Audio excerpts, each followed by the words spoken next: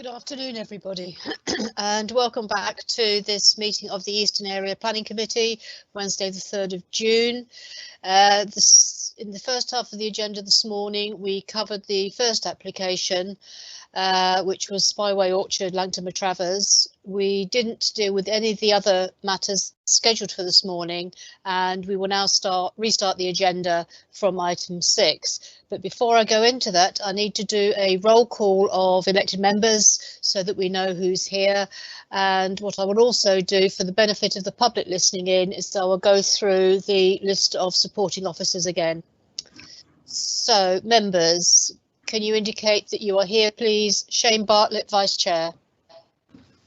Present, Madam Chairman. Alex Brenton. Present, Madam Chairman. Jerry Brooks. Present, Madam Chairman. Robin Cook. Present, Madam Chairman. Mike Dyer. Present. Beryl Lezard. Beryl, are you there?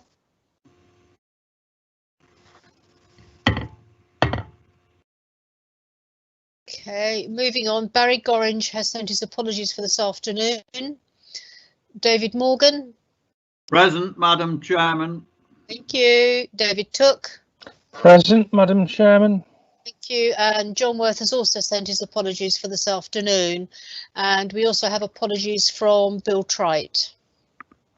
So, Beryl, are you there? Okay. So, officers supporting us today are Tony Bird, Planning Case Officer, Liz Adams, Planning Team Leader East, Ellie Lee, Planning Case Officer, Kevin Riley, Planning Case Officer, Peter Walters, Planning Case Officer, Andrew Collins, Principal Team Leader North, Kim Cowell, Principal Planning Officer, Chelsea Gollidge, Technical Support Officer, who is reading out the presentations, Colin Graham from Highways, we hope. He's had some connection problems this morning. Claire Marshall, also from Highways. David Northover, Committee Support Officer, and Phil Crowther, Senior Solicitor. I think as we are likely to have members of the public here that weren't around this morning, due to the COVID-19 pandemic, the Council has had to put in place measures to enable the Council's decision-making processes to continue whilst keeping safe members of the public. Councillors and Council staff, in accordance with the Government's guidance on social distancing, by applying new regulations for holding committee meetings from remote locations. This meeting is being streamed live to the public, and a copy of the recording of the meeting will be available on the website afterwards. Public participation will take the form of written statements to the committee. So, moving back to our agenda, our next item is 319-1504. Erection of a pair of 3-bedroom semi-detached 2-storey houses with associated parking, and the demolition of existing garages at Garage Court, New Merrifield, Coal Hill, Wimborne. Ellie Lee, you're going to take us through the presentation. Thank you, Chair, and good morning, councillors. Ellie, just before you start, I see that Councillor Ezard has joined the meeting now. Can you make sure your video and microphone are turned off during the presentations, please, members? And welcome, Beryl. Thank you. Sorry, Ellie. Sorry. Continue. Thank you.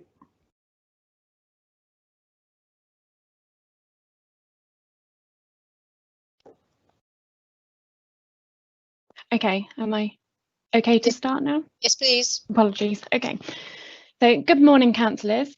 I am Ellie Lee, the case officer for this application, which is for the erection of a pair of 3-bedroom semi-detached 2-storey houses with associated parking.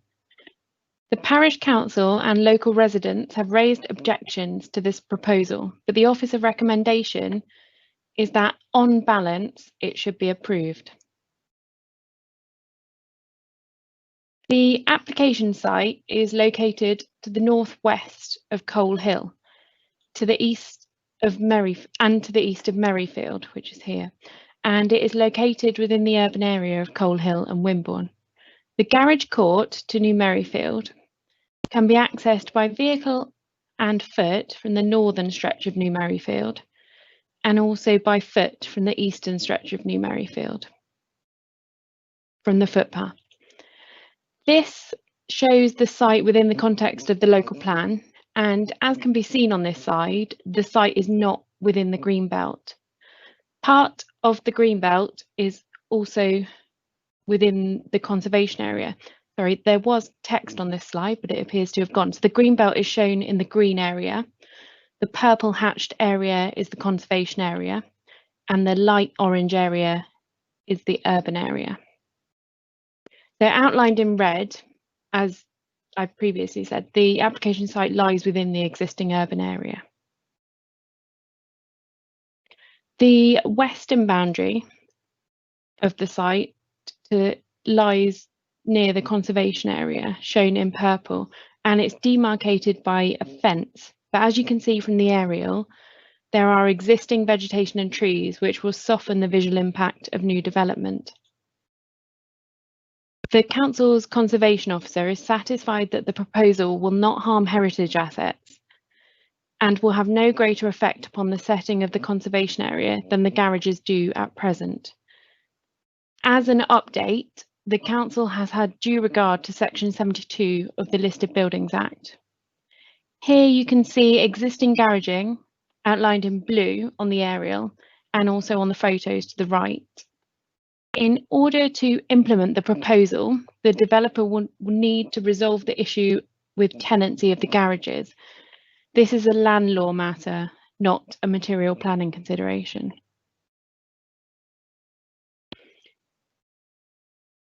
Here, the application site outlined in red shows the proposed 2 semi-detached dwellings, which would be market housing. There are existing semi-detached dwellings lying to the north and northeast of the site, and terrace bungalows to the east of the site. To the south lies an approved 1.5-storey cottage, which is nearing completion, and also treetops.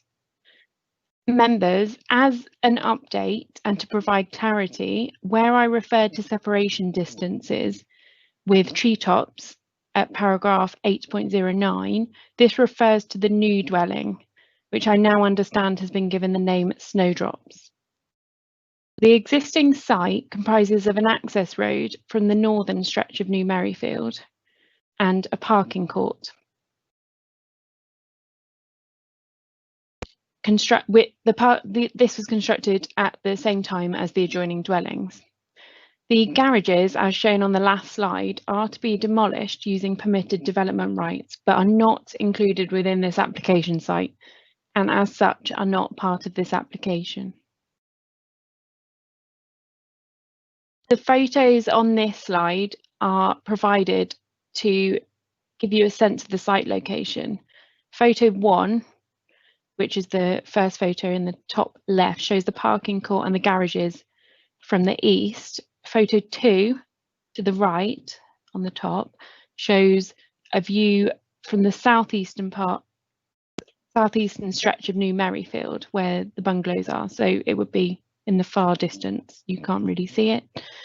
And photo 3, bottom left, shows the entrance into the site from the northern stretch of New Merrifield. The main issues for this application, including objections, are parking provision, character of the area, and impacts on neighbouring amenity. 11 objections have been received from third parties, in addition to the objection from Coal Hill Parish Council. The parish concerns include the size of the proposed dwellings being inadequate, and that the removal of the forecourt would have a profound effect on the residents of New Merrifield in terms of parking, and that the residents would lose the use of their garages. The principal objection to this application has been the issue of parking. Some of the houses to the north of the application site, numbers 9 to 12, also lack front gardens with insufficient depth to achieve full off-street parking. Properties 18 to 23 have no direct highway access, so do not have the access to off-street parking and are reliant upon the parking area proposed for development or on-street parking.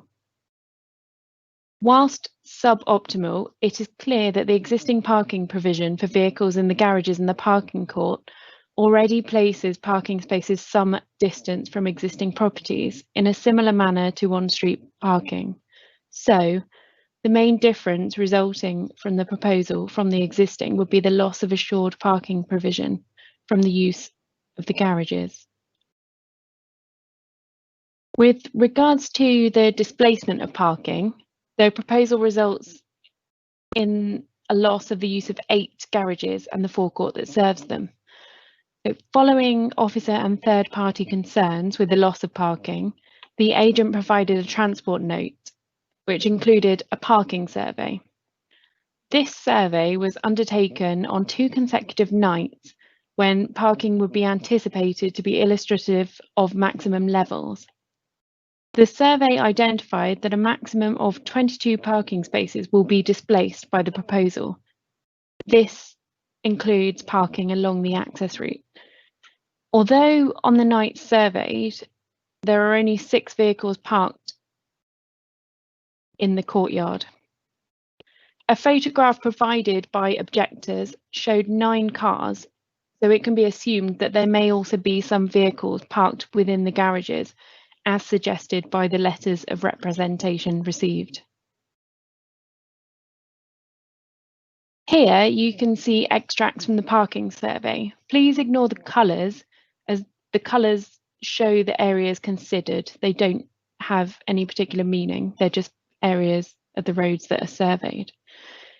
Having discounted the parts of the road that are less than 4.1 metres wide, the parking survey identified 5 spaces available on New Merrifield on both nights of the survey and 31 spaces on Coal Hill Lane. These spaces lie within 200 metres of those dwellings with no off-street parking. Officers have disregarded reference to parking identified in Merrifield Road as it is private, and parking along Smugglers Lane would be too far from the dwellings to be reasonably used.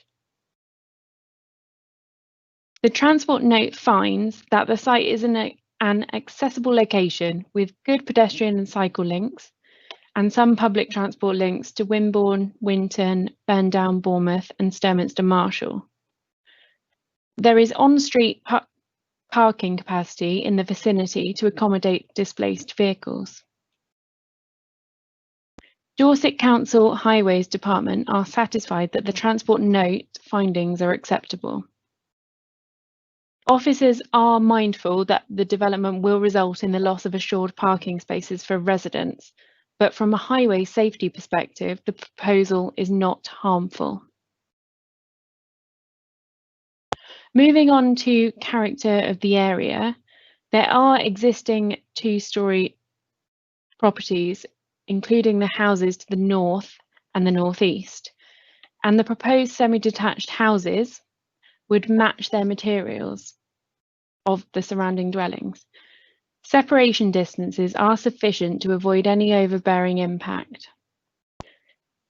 Although modest in size, the proposed dwellings achieve efficient use of land without harm to the character of the area.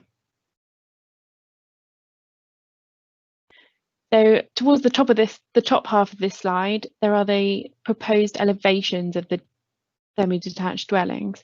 As previously mentioned, the materials are proposed to match those of existing dwellings in the surrounding area. Concerns have been raised about the relationship with the 1.5-storey new build adjacent to Treetops to the south, but the proposed properties are set further back from the highway. It is not considered that the proposal has any harmful impact on character of the area. The Parish Council raised concerns about internal layout and the size of the proposed dwellings, in particular bedroom 3 and the bathroom. This slide shows the plans of the proposed semi-detached 3-bedroom dwellings with the proposed site plan on the right-hand side of the screen. At paragraph 8.3 of the report, it is suggested that the gross internal floor area exceeds the minimum space standards as set out in the Christchurch and East Dorset Council's Housing and Affordable Housing SPD. I would like to correct this today, please. Having checked my measurements, the gross internal floor area is 67 metres squared, and this is the minimum required for 4 bed spaces, which is the appropriate consideration for a 3-bedroom property, rather than the floor area for 3 bed spaces to which the report refers. Bedroom 3 and the bathroom are modest in size but capable of fulfilling their intended function. 4 parking spaces are provided for the 2 dwellings, and Dorset Council Highways have no objection to the proposal, subject to a turning and parking condition being imposed. The size and layout are considered to accord with policy. In relation to neighbouring amenity, the houses are sufficiently distant from adjoining properties to avoid harmful overlooking, subject to a condition. These distances are in the report in section 3.0, 8.9 and 8.10. It is considered necessary to impose a condition requiring that the north and south first floor windows be obscure glazed to avoid harmful overlooking of neighbours, including the new cottage to the south within the grounds of treetops. The approximate minimum separation distances from the rear bedroom 2 first floor secondary windows are shown on this slide. These distances are sufficient and result in limited harm to neighbouring amenity. In addition to this, the agent has agreed to a pre-commencement condition requiring a construction method statement.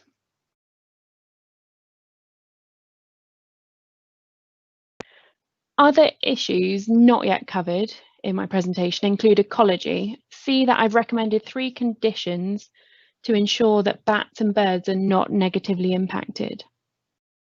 The impact on Dorset heathlands will be mitigated using the sill payment, and no harm to trees has been identified by tree officers.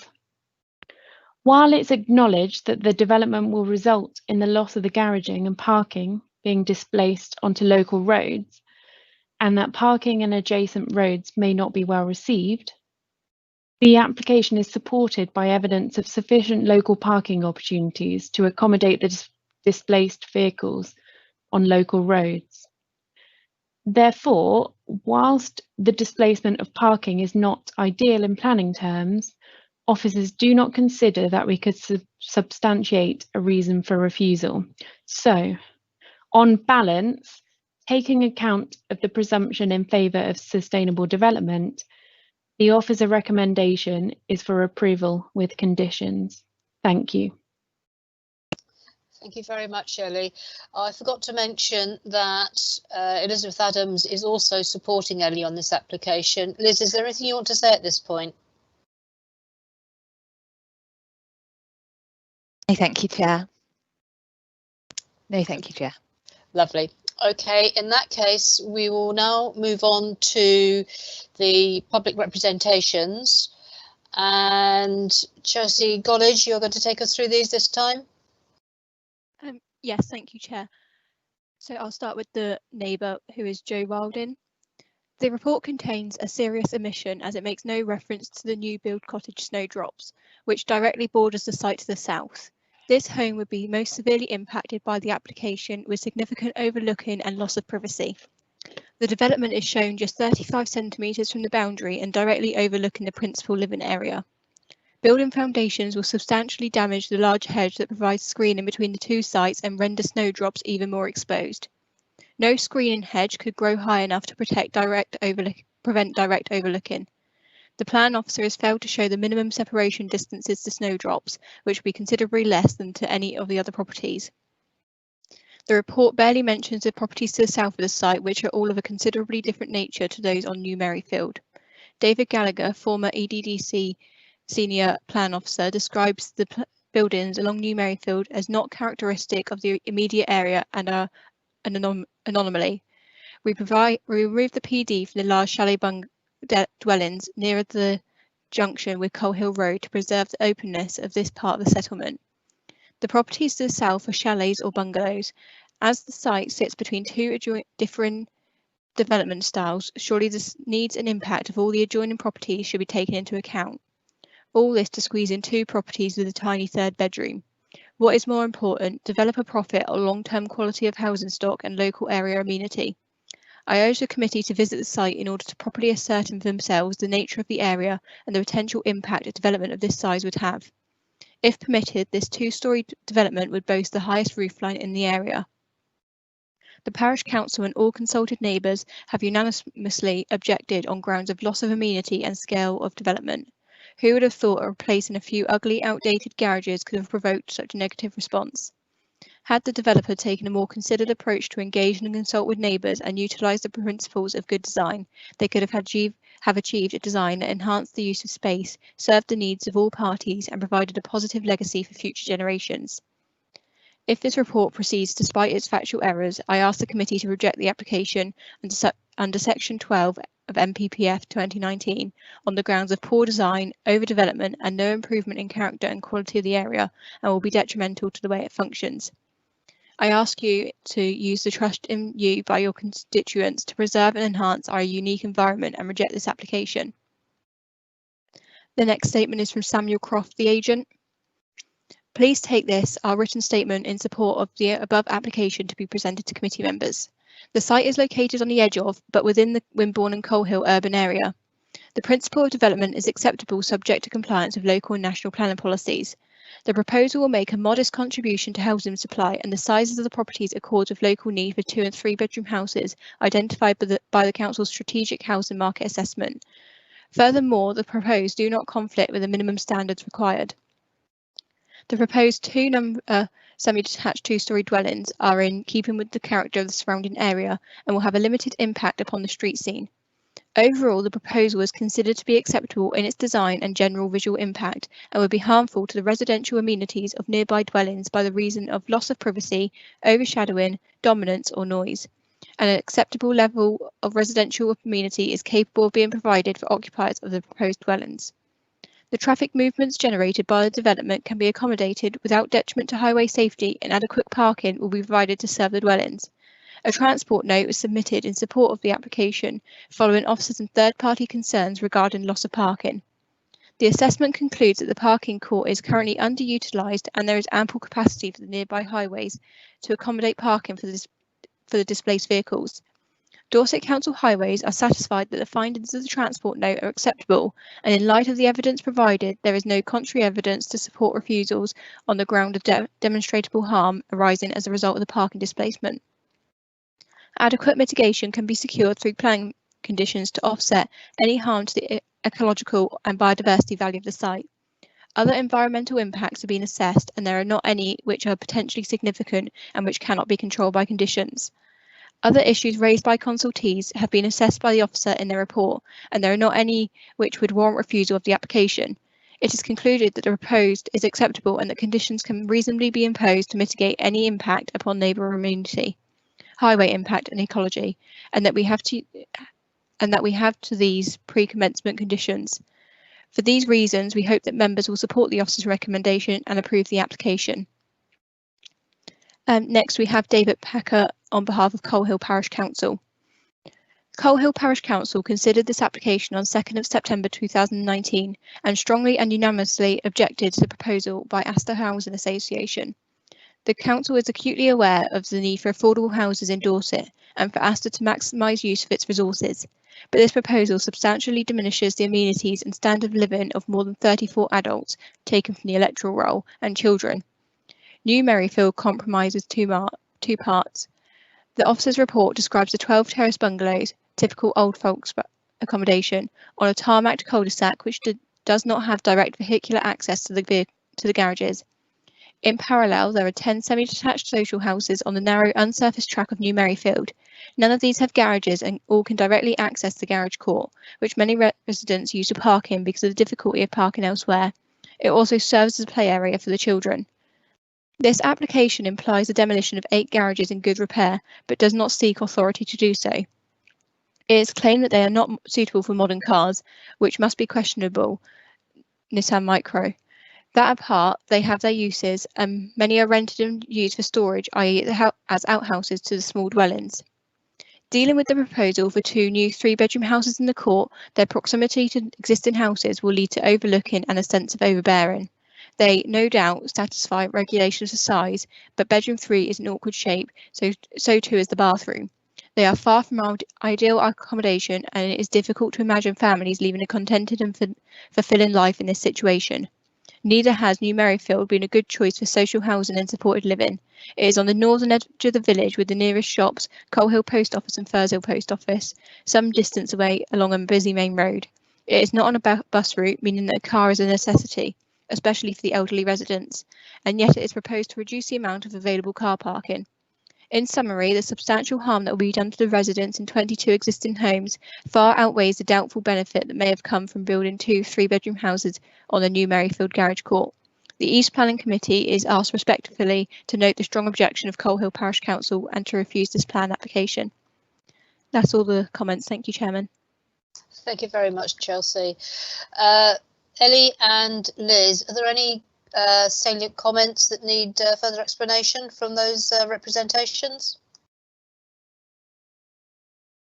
Thank you, Chair. Just to pick up the issue about snowdrops, Ellie covered those matters in her presentation and clarified that those distances that she'd referred to in her report did refer to that new dwelling, not just Treetop's original dwelling.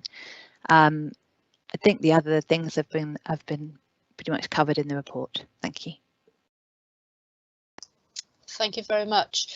I'm now going to move to our first speaker, and that's Shane Bartlett.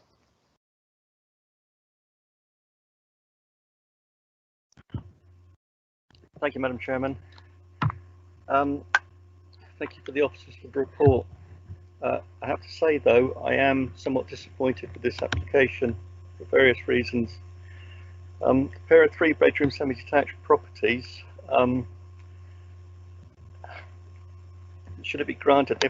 Should they be granted under the MPPF? They had to provide significant and demonstrably should outweigh the benefits when assessed against the MPPF. And I don't think that's the case in this. There is a requirement for good design, and again, I've got concerns over that. Development should add to the overall quality of the site. Permission should be refused if poor design fails to improve the character and quality of the area and the way it functions. So my concerns are that I think in terms of the character of the site and the effect it has on those residents that are already living in the area, is that if you put obscure glazing in bedrooms, that to my mind signifies that there is a problem in trying to squeeze in building new development into already an urban environment that is too close to the houses surrounding it. And I can't think of anything worse than having obscure glazing in bedrooms, albeit it's in the second window of bedroom 2 on both of the houses. But there's obviously overlooking and privacy issues there, so I've got a concern about that. And on page 50, 8.41, the last paragraph, it's recognised that a proposal will have an impact on local amenity with regard to the loss of parking for existing neighbouring occupants, but on balance of the material considerations as outlined within the report above, this is not considered to result in such demonstrable harm that it would warrant refusal of the planning permission in this case. Approval is therefore recommended subject to the following conditions. Well, I've looked at the conditions, but it doesn't go far enough for me. I think it does have a significant impact on the residents in that area when you take away their parking. Those residents bought their houses, lived in that area and have had parking, and now that's going to be withdrawn from them. And so I think as a planning authority, we are having an effect on the lives and well-being of the residents that are within our statutory planning area. And I've got real concerns about that. And the demonstrable impact on the residents, Some of them are going to be forced to park on road parking at some considerable distance away from their homes presently. Some of them will have an additional 120 metre extra distance to travel, and that's on top of the distance they already travelled. So it's even further than 120 metres for some of them. If they're going to lose this car park that they have, and of course there's no guarantees with on-street parking anyway. And in fact, part of that where we have an effect on the residents on how we're going to impact their lives is that could bring about them difficulty for shopping if their residents are disabled. I mean, there's been an equality impact assessment on residents there or how it could affect them. And also in terms of if you're putting children or babies into the cars on the street, then it's obviously far easier if you're doing that in a car park rather than doing it on the street. So I think there's a danger there. I think also we are criticised in this country, both by national bodies and internationally, about the size of the housing that we build. And I think that it's written in the report that the bedroom 3 is big enough to put a bed in it. Well, you know, to me that's just not good enough. While we may conform to what's in the NPPF, we have said as a planning authority that we want good planning, good development, and we want to be proud of it.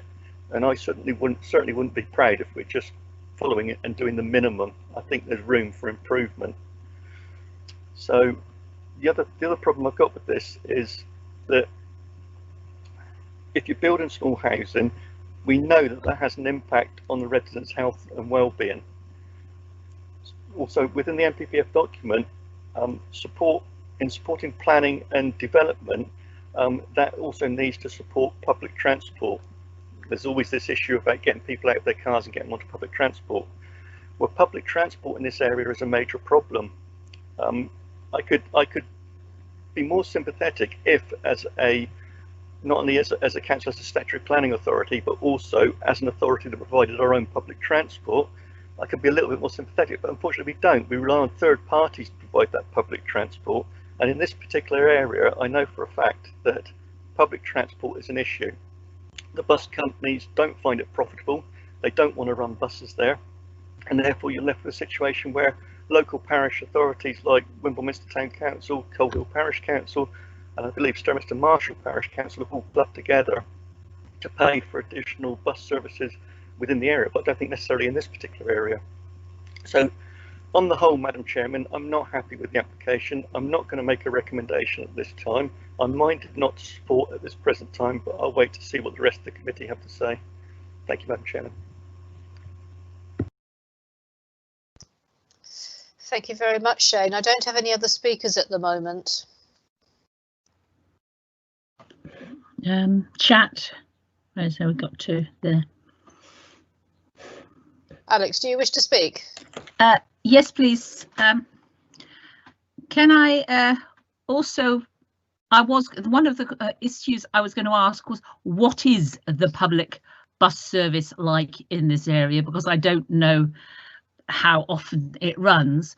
I am very concerned that that this proposal squeezes in 2 houses. I could probably accept if it was one of a reasonable size, but you're looking at those pictures. This is an open space where one suspects children play, they ride their bikes, they practice whatever it is that children practice before they go out on the big road.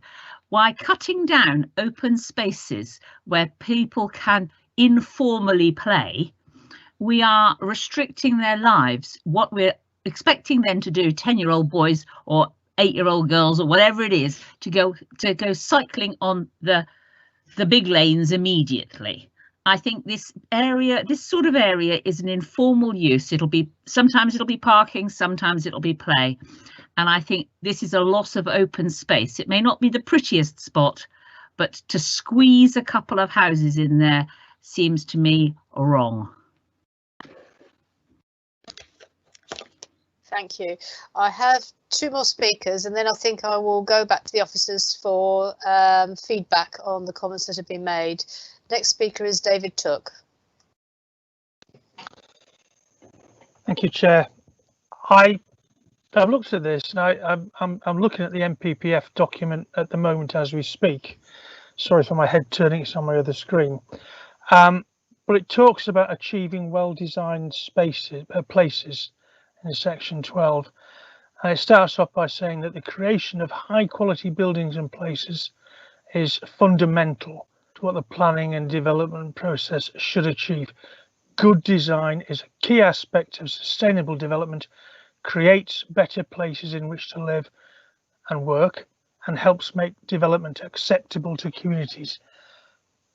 Looking at this and listening to the comments, it doesn't appear to me that this actually improves the living conditions and the residents' quality of life in the local area. It seems to detract from that. The loss of parking, the squeezing in of some very cramped accommodation, it doesn't seem to me to be about a clear design vision and expectations, and it doesn't seem to it doesn't seem that this will function well, add to the overall quality of the area, and it doesn't seem that this is going to be visually attractive and appropriate and effective landscaping. So I think it goes against a number of paragraphs in section 12 of the MPPF, and it doesn't seem to be a good plan. Thank you. Thank you. Next speaker is Cherry Brooks. Thank you. I would echo all of the comments that I've heard before. I am really not happy to see something that is being developed. It looks as though it's being developed for profit. It's a house, not a home. And just being able to get a bed in a bedroom, I think is completely unacceptable. And we'll end up with social problems further down the line if we keep cramming people into small buildings. I object to obscured windows in bedrooms. I think they're okay in a bathroom, but if they're obscured just so that you don't overlook somebody, but they're in a bedroom, well, it's not nice for the person that's actually living in that bedroom. And I think that because the residents there have had the access to that amenity for a long time, then we are actually going to make quite an impact on their lives if we allow the building of those two small houses.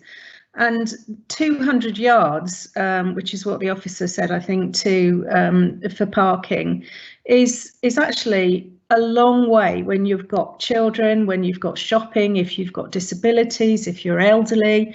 And I can't sanction this. I just think it's wrong. So I'm not going to support it.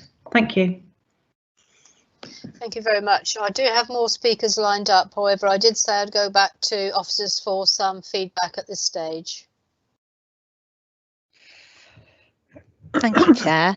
Okay, so just to cover some of those points, we've had a couple of comments about the obscure glazing to the second bedroom, the window in the second bedroom, and as the councillors have pointed out, it is a secondary window, so there is a larger main window that would serve that bedroom 2 in each of the proposed properties. So the side windows are smaller windows to add additional light, and therefore it's your officer's opinion that obscure glazing those secondary windows wouldn't negatively impact on the living conditions of the future occupiers, but they would also provide better securing privacy for the neighbours. I mean, when you look at, Ellie, would you mind going back to the slide which has the distances on them? If you look at the distances to the north, they're pretty generous anyway. 17.4 metres between two houses. We could, some people might say that a condition to require that northern window to be obscure glazed would be unreasonable. Because it's a secondary window, we consider it's okay. The window to the south, it's 10 metres southern elevation to snowdrops. So in that instance, it is considered definitely important to obscure glaze that window. But yeah, as I say, I wouldn't consider that to be a reason for refusal in terms of there's opportunity to mitigate the impact of the new development without causing harm.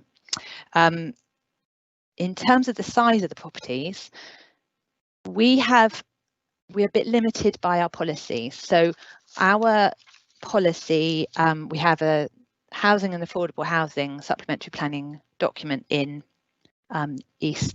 former East Dorset, which has these space standards that Ellie showed you, and there are obviously more strict standards that the government has subsequently introduced, but in order to impose those standards, we have to have a policy that refers to them.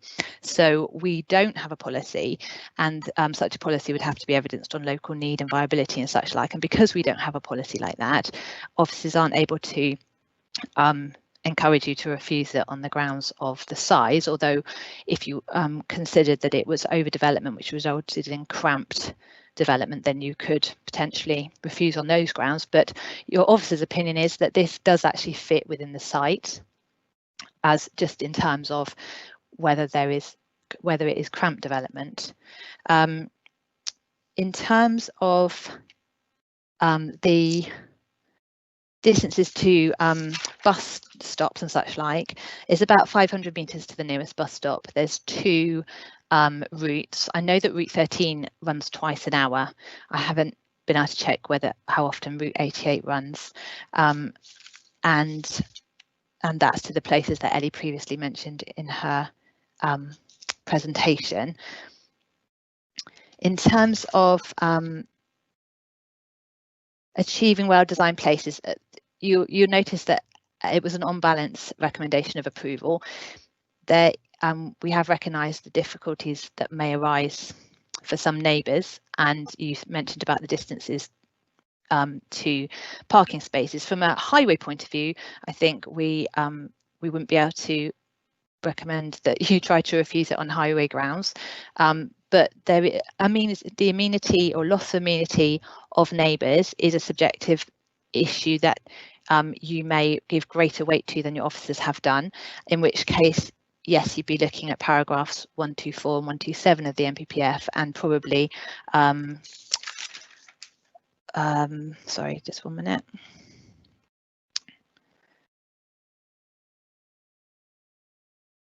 I think maybe 122 talks about making efficient use of land, provided that you end up with well-designed places. So again, that you might consider that to be relevant. I hope that helps.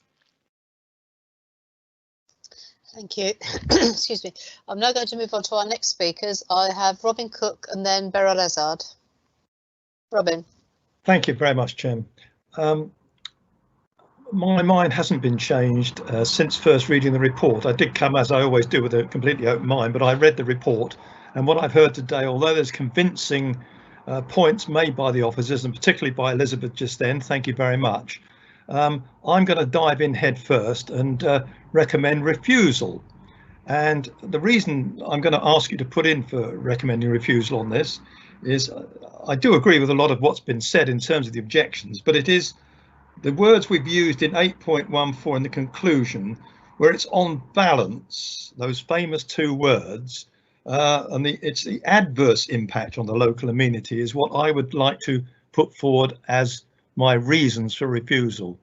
The adverse effect, meaning that those people, particularly in the bungalows that are not served with any off-street parking, are going to be disadvantaged in the way they're going to have to access any vehicles, and they're probably those most in need of easy access to vehicles, and having that available space much nearer by and losing that, to my mind, is disadvantaging them.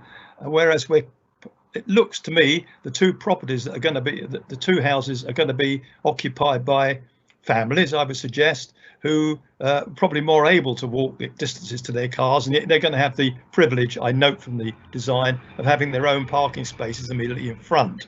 So I think possibly I'm on fairly strong grounds there, but perhaps somebody would like to come back and shoot me down in flames. Thank you very much.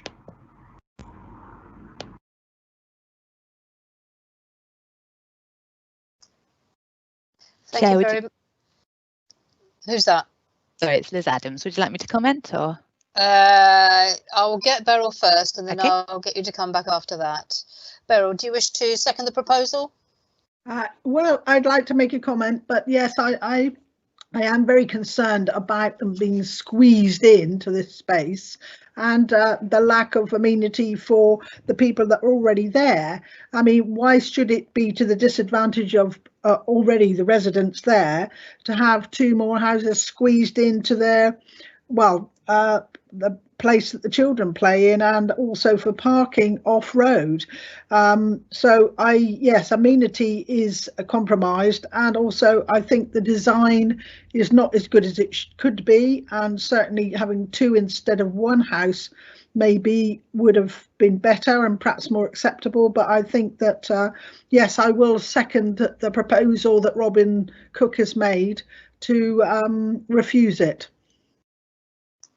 Thank you very much. Liz, you wanted to come back? She's thumbs up here. Thank you, Chair. Could I just have confirmation, please, that the concern is about loss of amenity, or is it loss of amenity and concern about overdevelopment? Thank you. If I may, Chairman. Yes, please. It's the wording would need to contain adverse impact on the local amenity, and then narrowing that down to the reasons I've given about the displacement of parking as being the particular loss of a local amenity. That's where I see it. Does that help? Can I come in there? I think the design also is a very well. It's not a very good design from the point of view of putting 3 bedrooms in those 3 bedroom houses, because the 3rd bedroom is just so, well, it's so limited. But so if we could put something in about design as well, being, you know, a poor design, if that's possible, I would be pleased about that. Okay, I have 2 more members that wish to speak. So before we go any further with the wording of the recommendation, I will just go through these 2 members. Mike Dyer, you're next. Yeah, Councillor Ezard got there a little bit ahead of me, because though I'm not in favour of approving it, my reasons were slightly different to Robin's, because I thought the cramped design was equally a factor that could be used to refuse it, and I think the cramped design results from trying to attain 3 bedrooms, whereas if it were redesigned with lesser bedrooms, and I know we've got to consider what's in front of us, not what might be, but I think the cramped design results from the desire to squeeze the maximum number of bedrooms out of the development. So I wonder if the proposer and seconder would consider adding cramped design, as simple as that, to the reasons they're suggesting for refusal. Thanks. Thank you. And I'm going to go back to Shane Bartlett, please. Thank you, Madam Chairman. I've just quickly scribbled down some words for, I think, for refusal. So if could I give those to you just to see what the members think? Go ahead.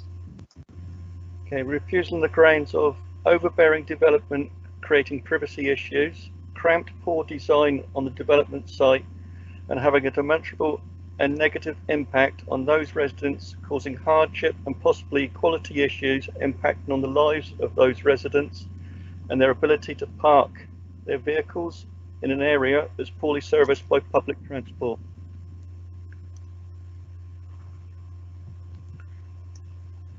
Okay, and my last speaker is David Took. Thank you, Madam Chairman. I'd just add to what Shane said, that I think this application flies in the face of NPPF 127, particularly 127 paragraph A, which says that planning policies and decisions should ensure that developments A will function well and add to the overall quality of the area. And to my mind, this clearly does not add to the overall quality of the area, it detracts from it. Thank you. Thank you very much. So the areas of argument that I've picked up from members on this application are the loss of assured parking. It's a contrived design. It is overdevelopment on a cramped site, giving cramped amenity to future residents and loss of amenity to existing residents, particularly in reference to paragraph 127 of the MPPF. I will now go back to Liz Adams. Does that sum it up appropriately? Thank you, Madam Chair. I've been typing. I hope I've got the right idea. I am concerned at members suggesting that the development would result in harmful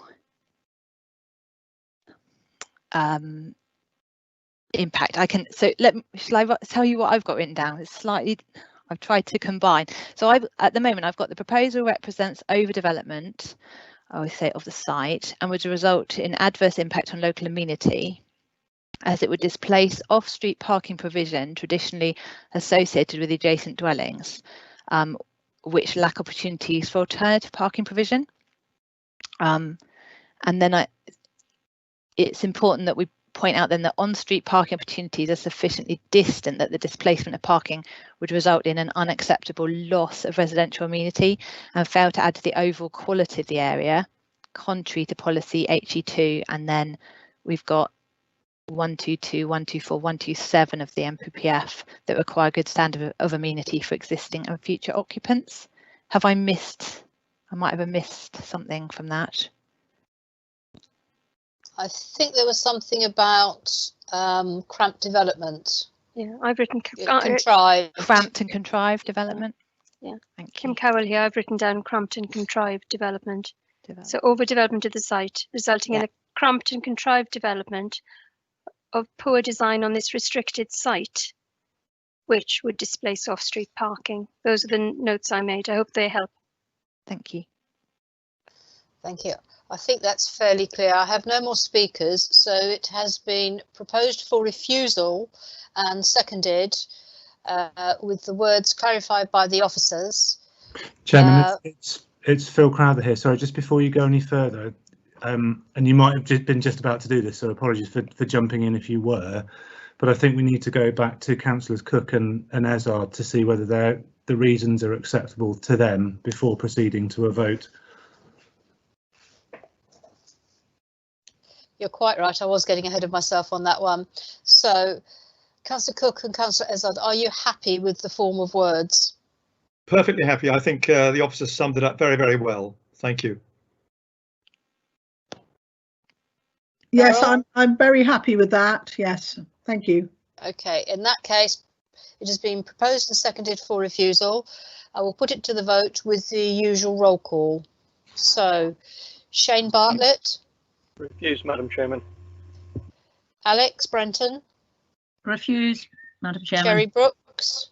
Refuse, Madam Chairman. Robin Cook. Refuse. Mike Dyer. Refuse, Chair. Beryl Ezard. Refuse, Chair. David Morgan. Refuse. David Took. Refuse. That is unanimous. Thank you, members.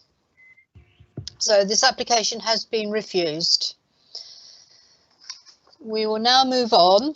The next item on our agenda, as notified this morning, has been deferred. I think I might just read out the reasons for that again, just in case there is anybody listening in from the public. So 620190443 Upton Oil Company for the erection of a Class A1 discount food store. During the current COVID-19 restrictions in relating to public meetings, members of the public wishing to address the committee are invited to submit up to 450 words by 08:30, 2 working days before the committee. This application generated a significant number of third-party representations with no email address supplied. 346 letters were sent out first class last Wednesday, inviting written submissions.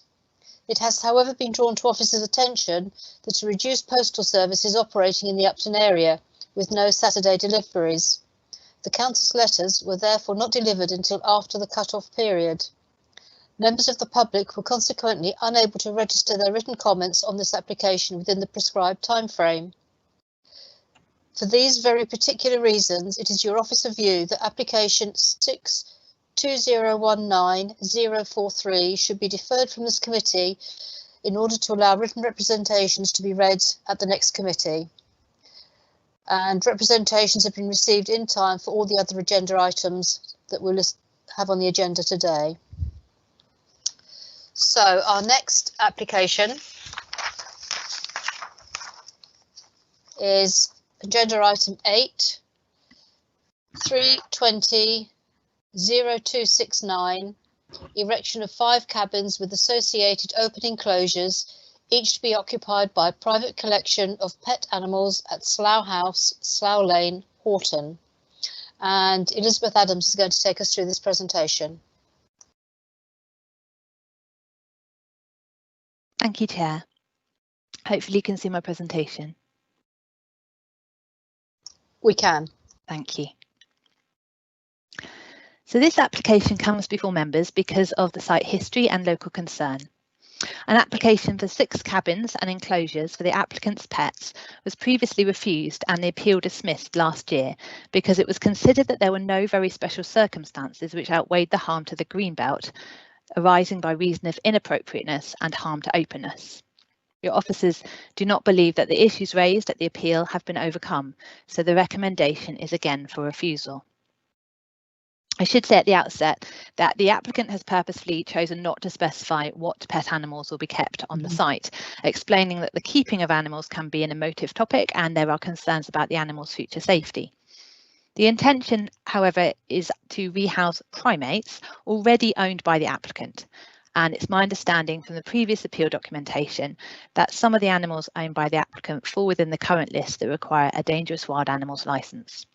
Now, such licensing operates completely independently of planning, and it's worth noting only because it would control the number of animals that are kept under that licence. I therefore can advise members that paragraph 8.15 of the report contains a little bit of an inaccuracy because not all of the animals would be covered by any licensing requirement. And so the restrictions on numbers imposed by licensing would only apply to specified breeds identified as dangerous.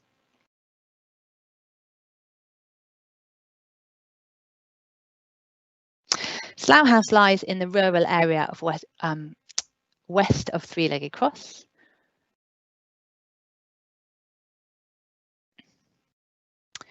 And southwest of Irwood.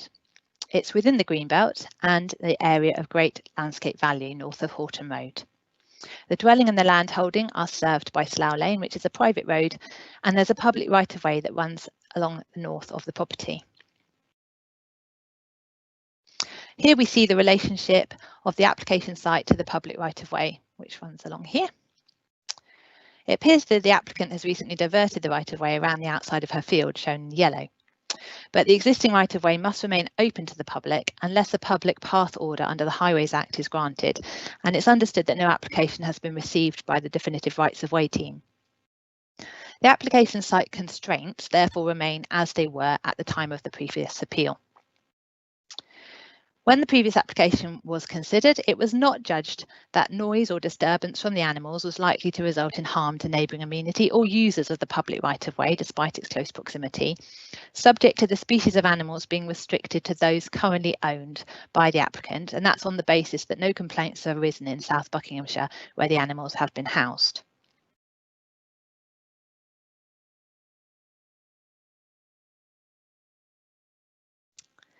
This block plan shows that the proposed cabins and attached enclosures are to be positioned in a cluster in the garden at the front of the dwelling. It should be an example. There we are. There's an example of the cabins, and each cabin has an attached enclosure for the animals. Now, some concerns have been raised by objectors about the appropriateness of the housing for the animals. DEFRA have published a code of practice for the welfare of privately kept non-human primates, but this does not specify enclosure sizes. It's noticed that the document refers to the need for heating to ensure comfort. The applicant has confirmed that the accommodation that is proposed is equivalent to that which is currently used to house her animals. This is just an example of an elevation. As you can see, the sort of summer house style buildings. The cabins are to be wooden and the enclosures timber framing with mesh. Now, when I say wood on the outside, although each is modest in size, cumulatively their coverage and volume will change the existing undeveloped garden area. And in accordance with the NPPF, the planning inspector attached substantial weight to the harm that would arise to the greenbelt as a result of the inappropriate nature of the development in this location. It's the applicant's position that the animals have to be moved to the site and the proposed location would be the least harmful on the site. These photos demonstrate the screening effect of the existing vegetation. You can see here the established hedge, and there's a willow tree, so the public right-of-way comes down here next to the property. The screening benefits of the existing hedging were acknowledged by the inspector, but she also noted that the proposed development would be visible from the public footpath. The inspector judged that the loss of greenbelt openness would be moderate because visual impact is only one aspect of openness, and there would be spatial harm from development on land that's currently open. During the assessment of the previous application, officers judged that the impact on the area of great landscape value could be effectively mitigated using conditions to secure appropriate building finishes and a landscaping condition to ensure retention of the existing hedging and some additional planting. Now, the inspector was unconvinced by this, suggesting that planting could take some time before it acted as a suitable screen. However, with the reduction in the spread of the development now proposed, officers are again satisfied that these conditions could limit any harm to the AGLV. So just here to show you that compared to the previous proposal, previously there were 6 cabins and their related enclosures, and they were spread over a larger area. The applicant has now omitted cabin E, and all of the 5 cabins are within this smaller area. Whilst the moderate reduction in physical form and spread has reduced the impact on openness compared to this previous scheme, your officers consider that there remains a moderate impact on openness because of the spatial impact of this new development. The framework requires that this harm is given substantial weight in the planning balance. Just for completeness, you can see here cabins C, D and B, and they're all very similar in construction. So the applicant considers that they can demonstrate very special circumstances to outweigh the harm to the greenbelt. So these are that, firstly, the land on which their pets were housed has been subject to compulsory purchase to facilitate works to the M4, and they've had to temporarily move on to alternative adjoining land with temporary planning permission. But the applicant's dwelling house is also soon to be purchased under the blight notice procedures, so there is a requirement to move from that site. The applicant has made an extensive search of properties, but a number of potential properties, taking account of her requirements, were in the greenbelt. And the proposed location is well screened compared to similar sized buildings that she claims could be erected in the rear garden under permitted development rights. So these are the same very special circumstances that the planning inspector considered at the recent appeal. The inspector commented that she was not convinced that the pets have to be relocated to this greenbelt site. She had no substantive evidence to demonstrate that other sites were considered but found unsuitable. And the inspector also declined to consider whether there was a fallback, having limited information on the subject. The applicant's now provided a list of 20 properties that were considered in her property search, but the limited level of detail doesn't particularly assist the applicant's case that Slough House was the only property within a very wide search area. Due to the passing of time, it's recognised that there is now a more pressing need for the pets to be relocated with their owner, but this cannot be given significant weight. And the applicants also submitted a proposed lawful development certificate with the council, seeking confirmation that the development could be achieved in the rear, more open garden. More open garden without permission. And we've got a picture here of the rear garden. So this is from the public right of way, and you can see there's a bit of hedging here, but otherwise it's open to the field. So the proposed certificate of lawfulness suggests similar cabins and enclosures on the raised garden land. They could be sited anywhere. So you see here what's proposed. If there's still a question of whether the use is incidental to the enjoyment of the dwelling house, and the certificate isn't determined yet, so the weight we can give to this fallback remains limited. The planning inspector noted that she hadn't been given any substantive evidence to indicate there was a greater than theoretical possibility that this alleged fallback position would be implemented should the appeal be dismissed. And therefore she gave the purported fallback position limited weight. She also refused to entertain limiting permitted development rights for outbuildings as a sort of benefit, commenting that planning practice guidance states that the conditions restricting the future use of permitted development rights or changes of use will rarely pass the test of necessity and should only be used in exceptional circumstances.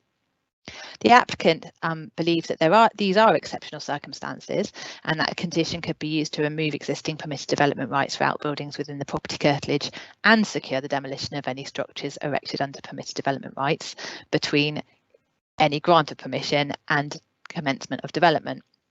But your officers are concerned that such a condition to remove permitted development rights for the whole property retrospectively would not meet the test of reasonableness and would not, of itself, make the development acceptable. Overall then, whilst the harm to the greenbelt from the proposal has been slightly reduced from that which was previously considered, it's your officer's judgment that the information supporting the application cannot be given any greater weight than that previously given by the planning inspector. And she judged that the considerations advanced in support of the scheme did not clearly outweigh the substantial harm to the greenbelt, and therefore she concluded that no very special circumstances necessary to justify inappropriate development in the greenbelt existed. And this recommendation, similar to the previous one, is for refusal. Thank you. Thank you very much, Liz. Chelsea Goddard will take us through the public representations. Thank you, Chelsea. Thank you, Chair. The first one is from Deborah Senior. Right-of-ways repeatedly redirected away from the proposed site of the plan application. Right-of-way officers have reinstated and written to the owners stating the right-of-way cannot be moved. Yellow waymark has been destroyed and the right-of-way has now been altered again to a different route from the established right-of-way.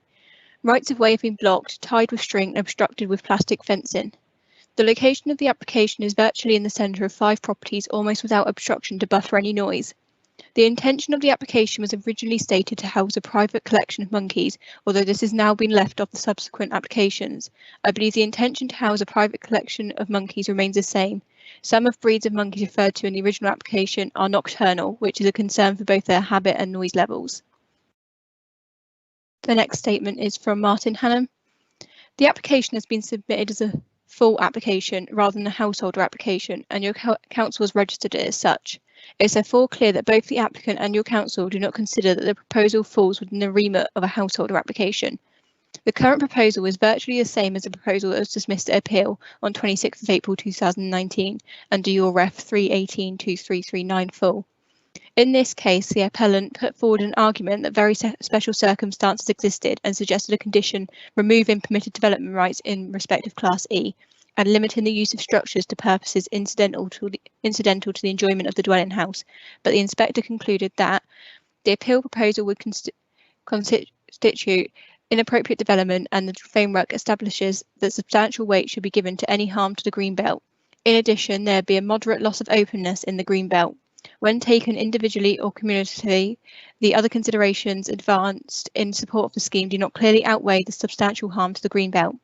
Consequently, the very special circumstances that are necessary to justify inappropriate development in the greenbelt do not exist. I would comment on the supporting statement submitted by John Andrews Associates as follows. Section 1, Introduction. The applicant does not explain why the number of proposed cabins have been reduced. It may be that some animals have been sold or that they will be housed in more cramped conditions. It is not clear how the keeping of a collection of wild animals can be described as incidental to the enjoyment of a dwelling house. Section 2, the proposed siting. The openness of the greenbelt is not a visual matter. Whether a new building can be seen or not is not a material consideration when assessing whether the impact of a proposal of the openness of the greenbelt. Screening a development does not address the issue. The inspector commented on the potential alternative siting of the cabins and concluded that this line of argument could not be substantiated for numerous reasons.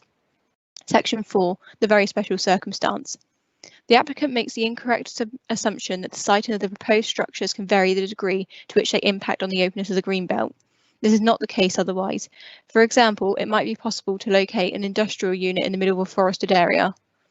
The applicant's reference to the 5 purposes that Greenbelt serves is, with respect, clutching at straws. The preceding paragraph of the NPPF, para 133, states that the essential characteristic of Greenbelt are their openness and their permanence. Paragraph 143 of the NPPF states inappropriate development is by definition harmful to the Greenbelt and should not be approved except in very special circumstances. Paragraph 144 of the NPPF states very special circumstances will not exist unless the potential harm to the Greenbelt by reason of inappropriateness and any other harm resulting from the proposal is clearly outweighed by other considerations. The applicant does not, in fact, put forward any very special circumstances to support the application that would enable your council to ignore the findings of the inspector in determining the 26th of April 2019 appeal. The next statement is from John Andrews on behalf of the applicant. This unique case arises from Mr. and Mrs. Groom being forced to move from their home in the Greenbelt as a result of impending works for a government project of nationally significant importance. They are simply seeking to relocate their horses and private collection of small pet primates from one home to another. After an extensive search, Slough House, also in the Greenbelt, was identified as being comparable property with sufficient grounds. The applicant sought to work with the council's officers by seeking pre-application advice, hence the proposed siting of the pet house and facilities. At the forefront, the applicants are seeking to achieve a development for the housing of their pets in a location well away from public view and close to Slough House, which is essential to providing regular contact. In common with the Vice, they wish to avoid the absurdity of erecting the development in the open rear garden as permitted development, rather than in the front garden, which is screened by mature evergreen hedging 5.2 metres high, where the openness of the Greenbelt will not be harmed. Council was instructed and positively advised as to the existence of very special circumstances and on the matter of permitted development. The officer's report makes clear there are no objections on environmental health grounds from the rights of way officer or local residents relevant to material planning considerations other than reference to the Greenbelt. The report also states that the proposal would not result in significant harm to the amenities of neighbouring properties. The very special circumstances fully supported this application arise from the applicants being forced to move from their home by a nationally important government project, finding a readily available new home, not just another house, i.e. not in a chain that could fall apart because of the given time by when their existing home has to be vacated, otherwise homelessness would arise. The need for the new home to provide reasonably comparable facilities to those that are soon to be lost.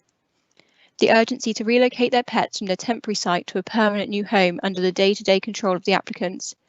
The need for the pet's temporary site arose from certain of the government project immediately affecting their safety. The very special circumstances are weighty and considerably outweigh inappropriateness and the modest harm to the openness of the Greenbelt. Being unique, no precedent will be set for future development in the Greenbelt. For the reasons outlined above, the Planning Committee is respectfully requested to grant planning permission subject to appropriate conditions. That's all the statements. Thank you, Chairman. Thank you very much, Chelsea. I have 2 speakers. The first one is Shane Bartlett. Oh, sorry, Shane, I should have gone back to Liz. Are there any salient points from the representations you wanted to pick up on at this stage? No, thank you, Chair. Madam Chairman, with respect, I think Councillor Dyer wanted to speak before me. There you go. Okay, Chairman, all right. Yes, fine by me. Sorry, yeah, so much going on, I missed it. Yeah, that's all right. I thought the report was so thorough that I don't really need to say a lot. I listened to the arguments as to why this application might be demonstrating special circumstances, but I don't believe it does. And I've read through the recommendation several times, and I don't think I could better it or add to it. So I'm going to move refusal for exactly the reasons set out on page 98 of the agenda. Thank you. Thank you very much. Shane, this time, third time lucky. Thank you, Madam Chairman. Yes, I'm going to support the refusal of the application. The 6 cabins in the enclosures are wooden, which are, in my understanding, is temporary structures within the Greenbelt. They're not permanent structures. I know agricultural buildings can be put in the Greenbelt, such as barns, and I don't think this is going to have an impact within the Greenbelt that we've seen in other planning applications. The cabins are well screened by a mature hedge, and they're close to Slough House and also close to already existing outside buildings.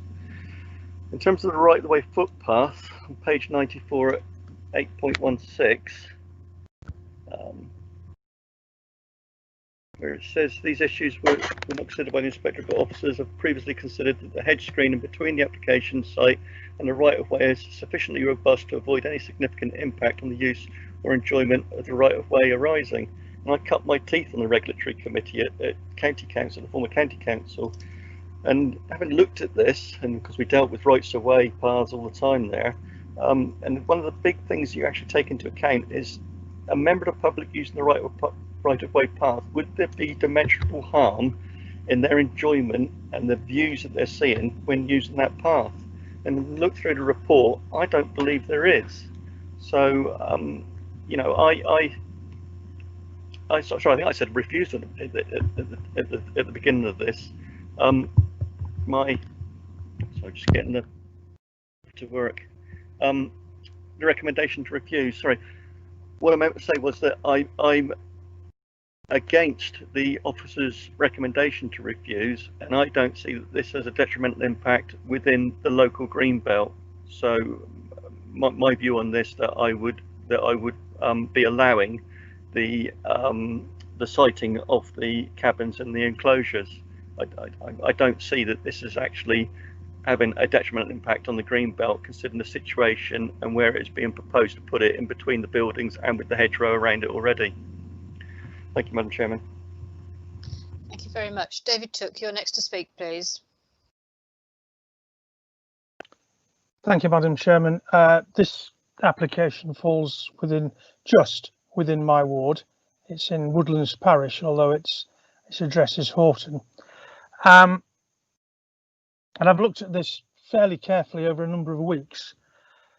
The planning officer's recommendation, or the planning officer's report, say that harm to the character of the area would be limited and modest. That's 8.12. 8.14, it is considered it would not result in significant harm to the amenities of neighbouring occupiers. 8.15, it's clear there should be no issues of public health. 8.16, the hedge screening between the application site and right-of-way is sufficiently robust to avoid any significant impact on the use or enjoyment of the right-of-way arising, which was Councillor Bartlett's point. 8.17, there have been no recorded incidents of escape from Mrs. Groom's home in South Bucks, and I think it's important to say that she has been keeping these animals for quite a number of years, very successfully, and is well known in those circles as very well, and is very well respected in those circles. The ethos of keeping animals isn't a planning matter, but it is a licensing matter, and that will be, again, as per the officer's report, that will be taken care of. And she said repeatedly that, contrary to some rather naughty comments that were put on the portal, she doesn't breed these animals. She's not a breeder. She doesn't show them off to the public. She doesn't allow visitors to come and see them. And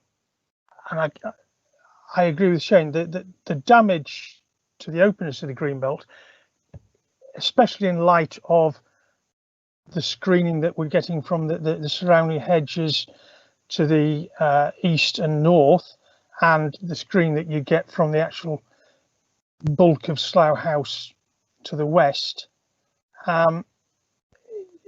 these cabins do not in any way make any significant impact on the openness of the green belt. And whilst the officers may say that the very special circumstances don't exist, I would dispute that, and I think that they do. I think that her forced movement, because of a national development, which is to do with the M4 and the HS2, is a significant special circumstance. So I would very much propose that we approve this application. Thank you very much for your comments. I have had 2 proposals, but neither of them have been seconded. Madam Chairman, if I may, I would second Councillor Took's proposal. Okie dokie. So I'm just making a note of that. So to approve. Okay, so we have a proposal on the table to approve this application, Chairman. which has been seconded. I'm not going to the vote just yet, so panic not. Chairman, it's Phil Crowther. Would it be acceptable now just to give members some guidance on the Greenbelt policy tests? I was also going to ask Liz Adams to come back because we need to confirm the wording and the reasons, the same as we would do for any proposal that goes against the officer recommendation. And then following that, I'm more than happy for you to comment on the Greenbelt. Thank you, Tim. Liz.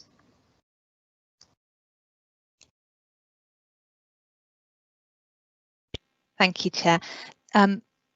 Would you like me to comment on, would you like me to comment on the proposed approval or on conditions or both?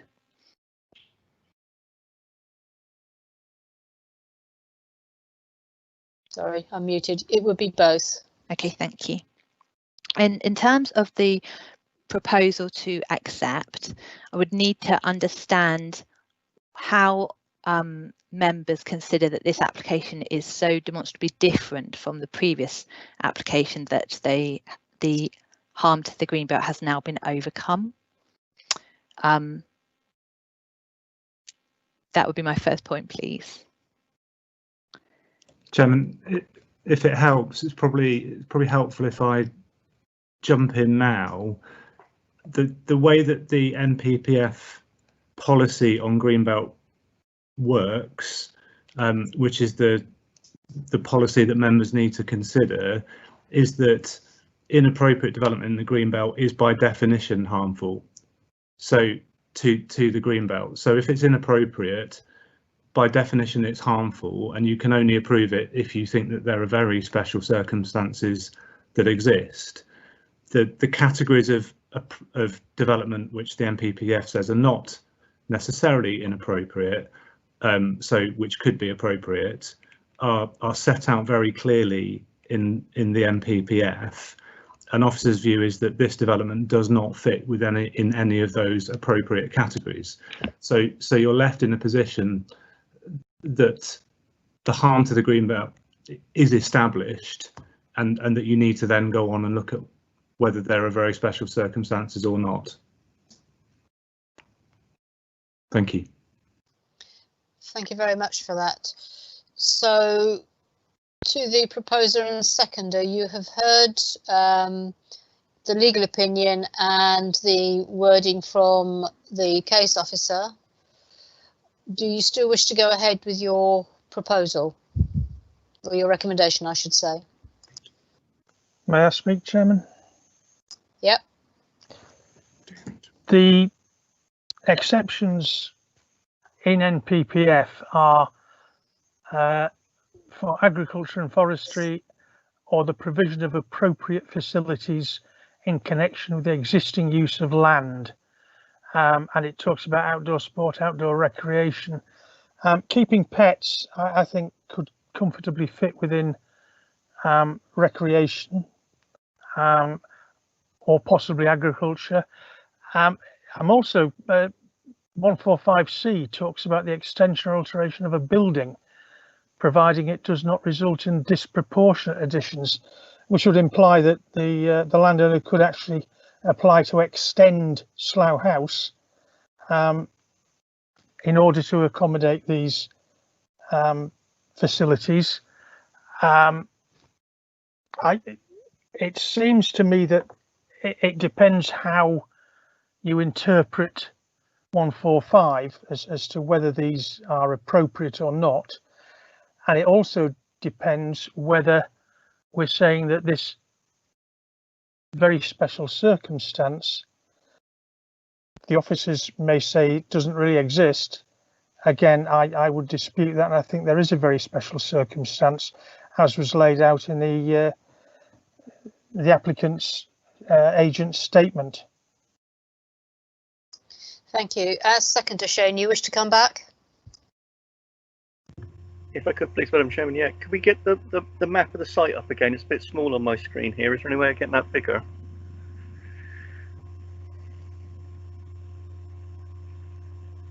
No?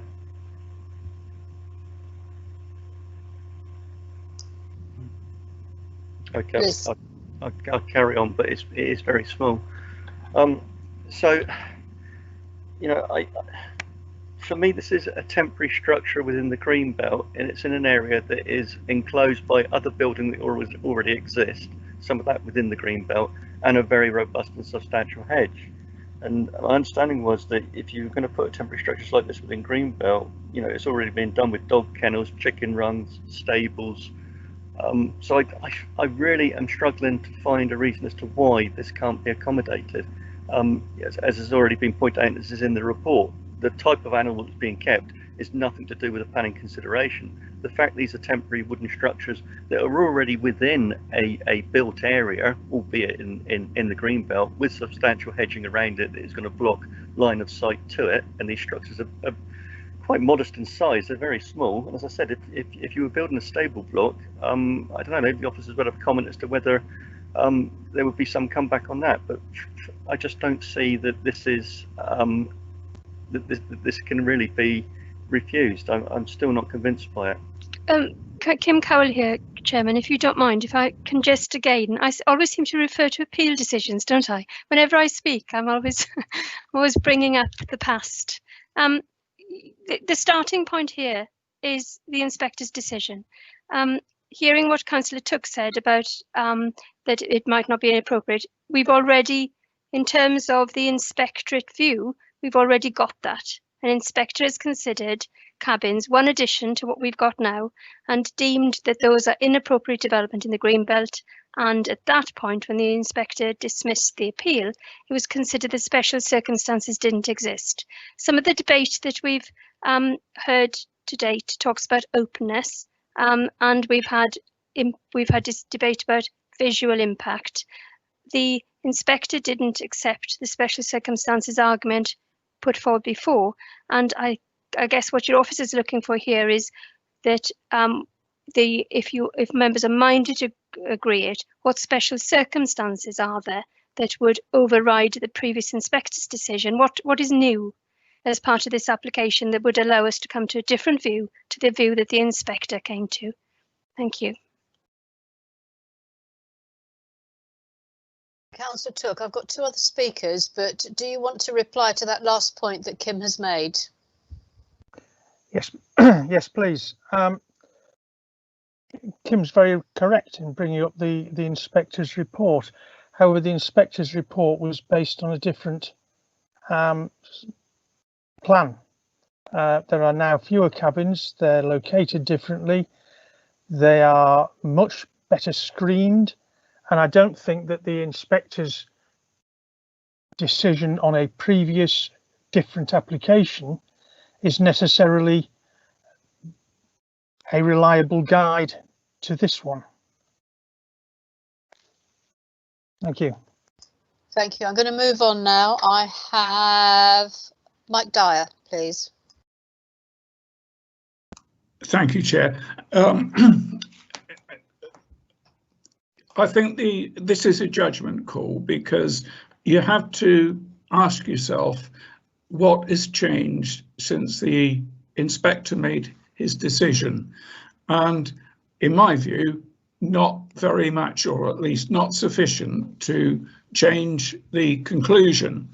And the other thing that I would add is that I've got a lot of sympathy for what Councillor Shane and Took said, but when it comes right down to it, the officers can tell me I'm wrong, but it seems to me that that the reasons they put forward for wanting to allow this, or some of the reasons were amounted to personal circumstances, that the applicant had been forced to move by government action, but it's not policy, is it? So I know this is a difficult one and it's probably on balance, and you can take a view one way or the other, but my view is that not sufficient has changed since the inspector made his decision to make us reverse it. It's as simple as that. Thanks, Chairman. Thank you, Mike. Cherry Brooks. Thank you.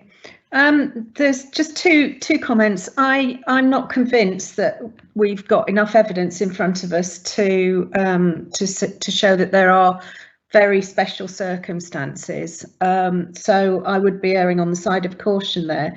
But the thing that has been niggling me all the way through is the I don't know whereabouts or what the circumstances were of the applicant in South Bucks. But if you look at the map here, we've got Little Oaks and then another, what appears to be another resident on the other side. And they're very close to where these pens are planned to be sited. And if there are nocturnal primates there and they are to make a noise at night, then that actually affects the quiet enjoyment of those houses that are so close, and that does worry me a bit. So I would err on the side of caution, I think, and go with the refusal. Thank you. Thank you. Shane, you want to come back for a third bite? Can you keep it brief, please? Yes, Madam Chairman.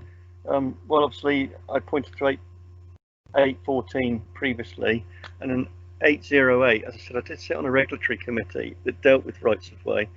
And in an 8.08, the inspector previously commented the proposed cabins and enclosures would, to a large extent, be screened by an existing hedge, which is substantial in height. While this would ensure that views of the proposed remain limited, it would nevertheless be visible from the public footpath which runs to the northern boundary of the appeal site. Although the visual impact would be further reduced by the consolidation of the layout, these comments remain applicable. Well, as said before, it's a judgment call. I think Councillor Dyatt said it's a judgment call. Now, while we haven't done a site visit on this, from the rights of way path, would you determine that the views given to the public and their enjoyment and experience of using that rights of way footpath, would it be detrimental in putting these temporary structures within this area that isn't open green space? It's green belt, but it's not open green space, and it is enclosed by hedge and other surrounding buildings around it. Now, my judgment on that, sitting here as a councillor, is I don't believe it would have a significant impact on the enjoyment of the members of the public using that path. And going back to Councillor Brooks' point, which is a really good point, but I'm sure I read in the report that in terms of the primates that could be housed on here, and it's not a planning consideration, it's a licensing consideration, I believe I read in the report that actually the licensing and under the Dangerous Animals Act, or whatever it was, I forget which one it was, that they could actually stipulate as to what primates would be kept on the site, and that could be written into the licensing agreement. As far as I remember, that's what I read. So I'm still minded to support the application that this is temporary structures within a green belt that don't have a significant impact on the green belt. Thank you, Madam Chairman. Okay, thank you. I have no more speakers. It has been recommended for refusal. Excuse me, Chairman, I did indicate to speak. Thank you. I haven't got it on my list. Are you using the in-app chat rather than the I am indeed. Teams chat? Because there's two forms of chat. Yep. Thank you, I've now got it. Yes, 1436. Right, I haven't got that. I'm sorry, Robin. You wish to speak before I go to the vote? Thank you very much, Chairman. No, it's just that I'm actually the member for Horton, and this is just across the border and on David's patch, as he said. But you know, I wanted desperately to support this applicant in her endeavours to rehouse these animals. I felt desperately in need of supporting her. But to be honest with you, my local parish, which is Knowlton, they've no objections to the the thing, so they support it in principle. But having read the inspector's summary, I have to pick up this. It's not about the quantity of cabins. He hasn't said the actual size of the development. He said, I'm not persuaded, this is in 8.22, I'm not persuaded that the primates have to be relocated to this site, which is situated within the green belt, where development is by definition inappropriate. So he hasn't said the size or anything like that. So I think we're on a hiding to nothing if we actually try and overturn the recommendation here. So sadly, I can't support Shane's proposal, much as I'd like to. I'm going to have to go with the supporting the officer's recommendation, but I am disappointed. I don't know what the solution is for this one. Sorry. Okay, thank you very much for that comment. So just confirm there are now no further speakers. Do any officers wish to make any further comment?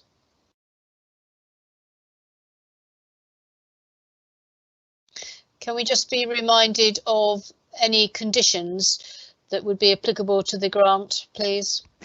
Thank you, Chair. That was what I was going to raise. I think I'd have to request that if approval was going to be given, then you would give delegated authority to myself for wording to be agreed with the chair and the vice chair in the legal department to make sure that all the wording of the conditions is correct. I think we definitely need, obviously, the commencement condition, the plans condition. We've said previously that we want to control the colour of the buildings. Because different species are associated with different noise levels, your public health officers have suggested that the species should be limited to those which are currently owned, but because that information hasn't been given, that's something that would need to be discussed with the applicant. I anticipate that we'd want to restrict private viewings that could take place without a licence, so as to avoid further harm to the greenbelt resulting from and harm to neighbouring immunity resulting from additional visits to the site. And we want to restrict somehow the number of enclosures that are created for the primates because of what potentially might be achieved under permitted development, even though that bit's not resolved. So that would be an issue to be considered for the conditions as well. Thank you. Thank you very much. Proposer and seconder, are you happy with those conditions? Madam Chairman, yes, I think the conditions are fine. Mrs. Groom has already said that there won't be any sort of public or private viewings. Possibly the odd visitor to the family may get a chance to see, but they're not going to be showing these things publicly, as it were. The species are all quite small, as I understand it, sort of cat-sized, but I don't think that's necessarily relevant. And I would repeat that this is a different proposal to the one that the inspector considered. And if we saw earlier the block plan of the previous proposal and this one, and that was I could see how that one was intrusive, whereas this one is pretty much screened and hidden. Councillor Took, you've had 3 bites at the cherry. I asked you if you were happy with the conditions. I am. Thank you. I have one question for the officers. Would this be a personal permission?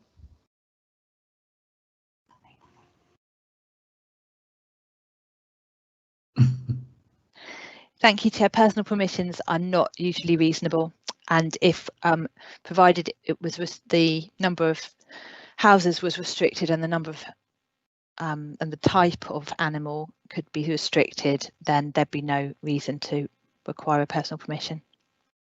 Thank you very much for that. Okay, I am now going to move to the vote. It has been proposed to grant, and the condition proposed and seconded to grant, and we've heard what the conditions are. I'm going to be voting on this one, so I should go through the roll call. Shane Bartlett. Grant, Madam Chairman. Alex Brenton. Grant, Madam Chairman. Cherry Brooks. Refuse, Madam Chairman. Robin Cook. Refuse, Madam Chairman. Mike Dyer. Refuse, Chairman. Beran Ezard. Grant, Madam Chairman. David Morgan. Grant, Madam Chairman. While I've got your attention. No, I'm taking the vote. Okay, Thank you. After Grant. Thank you. David Took. Grant, Madam Chairman. Okay, so I vote to refuse, which makes it 5-all, and therefore I use my chairman's casting vote to refuse the application on officer's recommendation.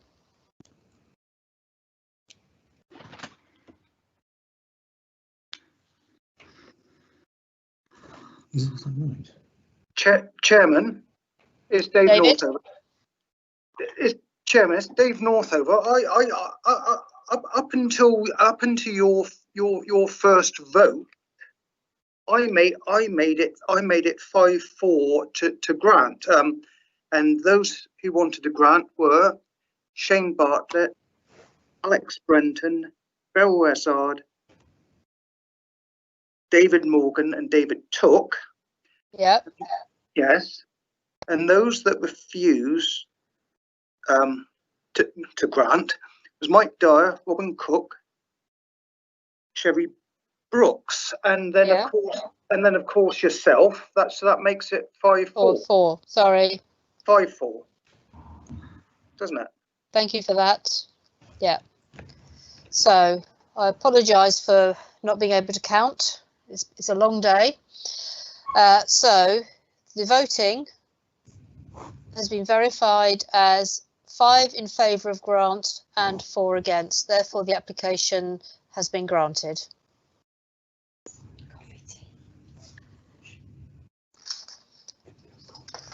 Okay. We now move on to agenda item 9, and that is 62019 0530. Change of use of land to suitable alternative natural green space, a SANG, and associated car park at Land or Flowers Drove, Litchipmer Travers. Andrew Collins is going to take us through this. Andrew, has Colin Graham been able to materialise through the ether? I don't know. I have indeed, Chair. Yes, he has. Welcome, congratulations. I'm glad you managed to sort out your connection problems. Well, it's probably still dead at home. I've come into County Hall. Yeah. Thank you, I do appreciate that. You're welcome. So, Andrew, can you take us through the presentation, please? Thank you very much, Chairman. This is an application for change of use of land to suitable alternative natural green space known as a SANG and associated car park, Land off Flowers Drove at Litchipmer Travers. The application number 6/2019/0530.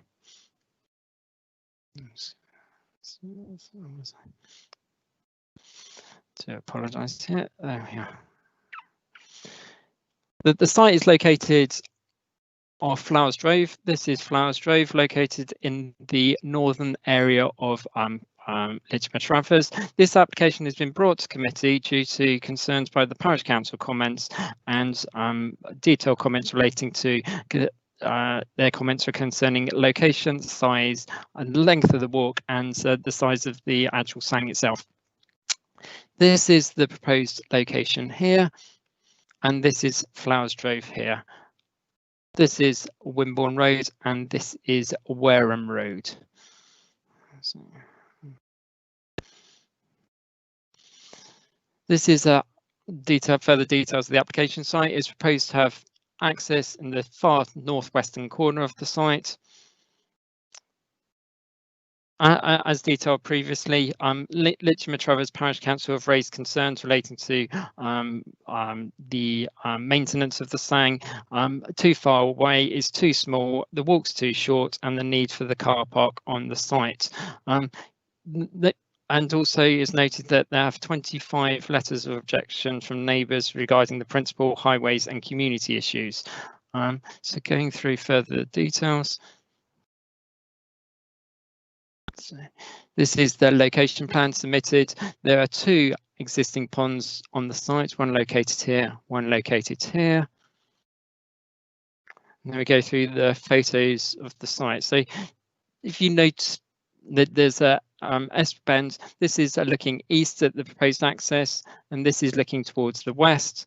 There's an existing footpath that runs along the eastern boundary with access through here. This is the existing entrance into the site. And this is the proposed area for the proposed parking. If I just... So it's proposed to erect hard standing area here for up to 8 vehicles located here.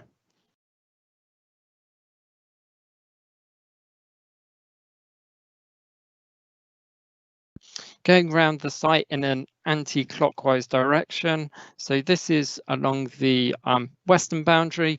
And this is the existing footpath that runs up the western boundary of the site. So that's looking from the bottom of the site, and the bottom picture is looking from near the top of the site, looking across towards the north here. There we are along the northern boundary. As you can see, it's well screened, relating to attractive hedgerow and mature trees located on the northern boundary, and there are specimen tree plantings on the site which are to be retained. This is located on the eastern boundary of the site, and as you can see, it sort of dips down very sharply towards the east, with views across over the fields towards the east and the tree-lined hedges and copses in the far distance. And this is located on the southern boundary. The site is quite steep going up towards the north, but I do have some topographical plans to show you the details of those in greater detail. This is the bottommost pond located in this small area of planting on the left-hand side here. These are the 2 ponds that are located on the site.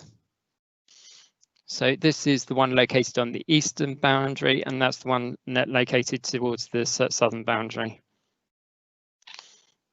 Again, and numerous mature trees across the site. This just gives you an indication of them, and a bit more details of views across to the north, and further indication relating to the views out from the Sang. If I get these contour lines are 10-meter intervals. No, sorry, 5-meter intervals. So that's 60 meters at the bottom here, going up to the top here, which is on the 80-meter contour line. So as you can see, it slopes sharply up towards the north. There are a number of at the top here, as can be shown from the previous photos, there are views across the north and the east, and also a new pond area is proposed at the northern boundary to provide additional attractive facilities for members of the public. The details have been fully discussed with Natural England, and they have raised no objections to the proposals. These are the existing ponds, and these are the existing trees which are to be retained on the site, along with an attractive area for moving forward and looking out across and making use of this attractive area of land.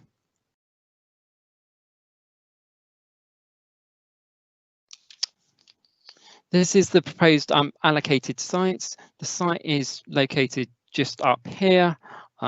This is land off Wareham Road, which is the largest of the proposed allocated sites.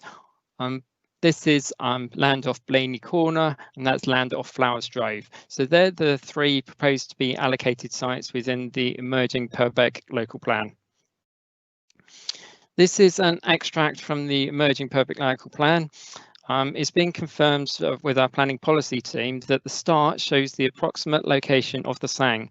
The council chose to show the approximate location of the SANG on the submission versions of the policies map. Inspectors now ask for all their boundaries precisely on the policies map. This is being dealt with as an amendment to the main modifications to the emerging local plan.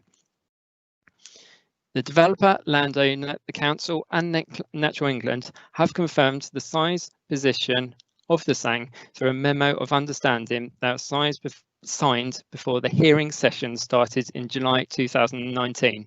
So in relation to the principle and the location of the SANG, this is considered to be appropriate by all crucial bodies relating to the council and Natural England. This is the proposed access and parking details. As can be seen, this is, bear with me. Right, this is the road that goes round and round. As can be seen, this is Flowers Drove going down, goes through a couple of hairpins and on down. So obviously the photos I showed you right from the beginning showed you visibility displays along these details here. This is a proposed hard standing area, and this is the area for 8 car parking spaces.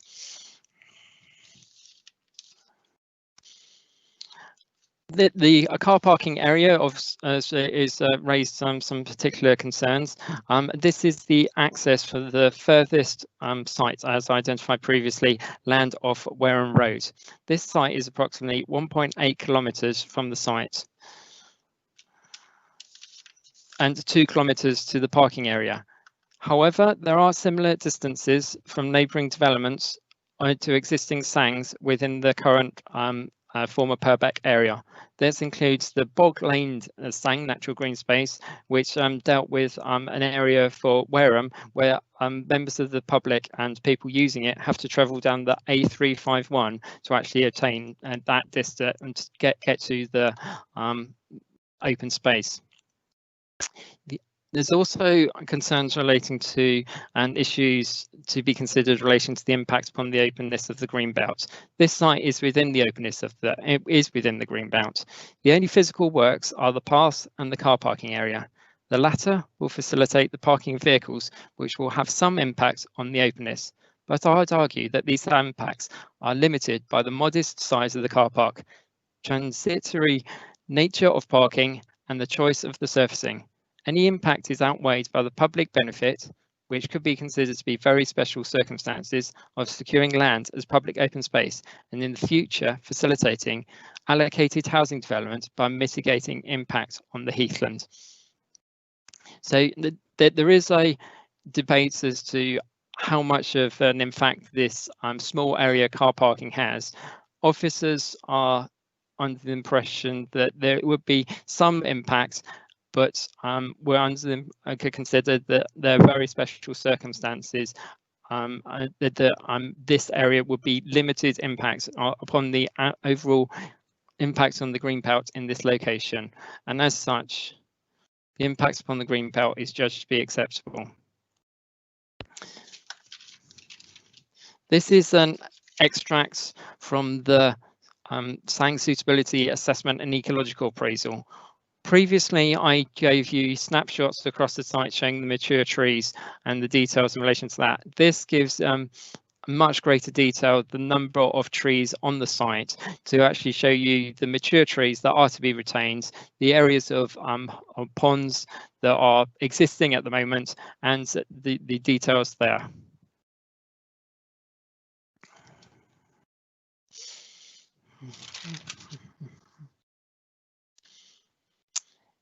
Overall, this proposal would facilitate the provision of new dwellings within Litchmere Travers as identified within the emerging Purbeck local plan, without which the 5-year land supply issue could be in danger.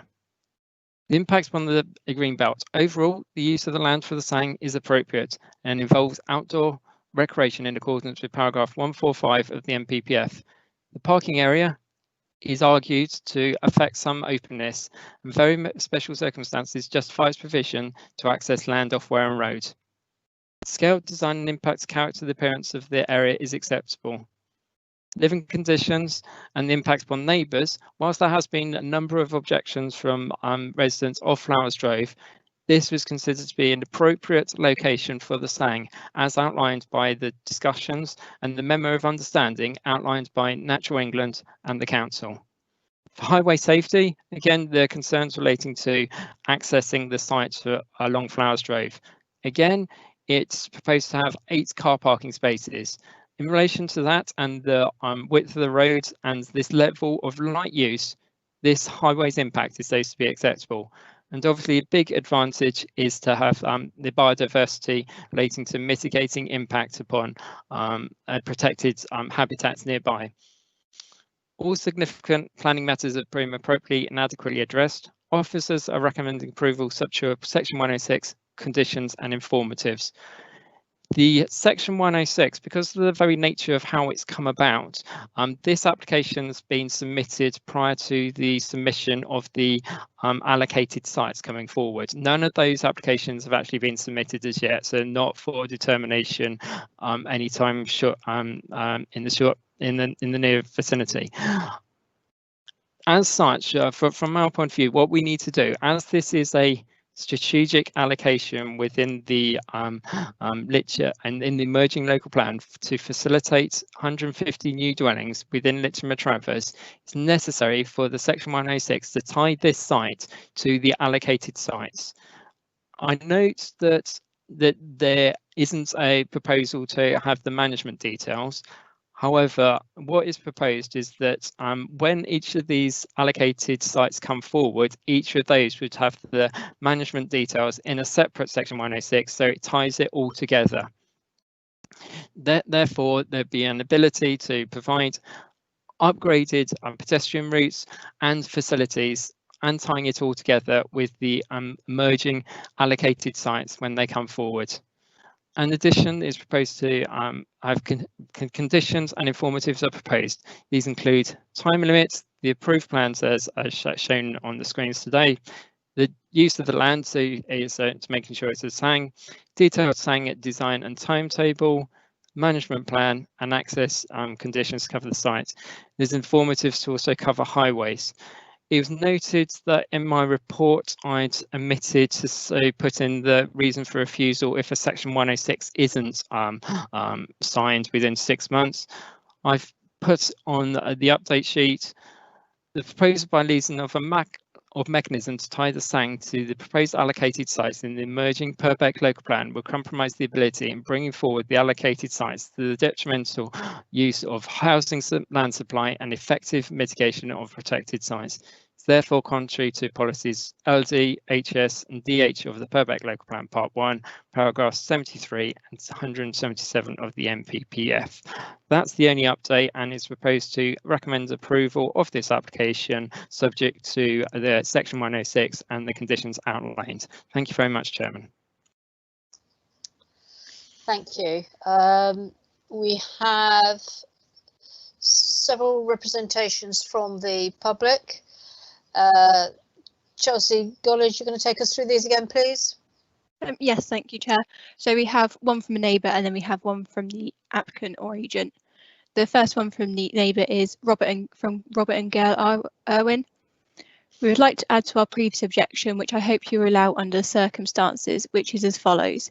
In the light of COVID-19, the residents of Litchett Travers have proved that there is no need for a SANG and also car park, as they have most successfully used the existing right-of-way and footpath to explore the wonderful green belt around Litchett, in order to exercise in a car-free environment. We would add that there must be great doubt how a SANG and car park could be successfully managed in our ongoing COVID-19 emergency and economic climate. The next statement is from Tim Hoskinson. He's the planning manager for Wyatt Homes. This application comes before you at a time where we have a heightened appreciation for the need of our communities to have good access to natural green space and the benefits that this brings for physical and mental well-being. This application will allow 7.6 hectares, approximately 19 acres, of attractive countryside on the edge of Litchett Travers to be used for informal recreation. It is supported by a management plan that sets out access and maintenance arrangements along with biodiversity and landscape enhancements. The proposed SANG is an important part of the Council's strategy for mitigating the effects of planned development on the Dorset heathlands. It is identified in the recently adopted Dorset Hazelands SPD, as well as in the emerging Purbeck local plan.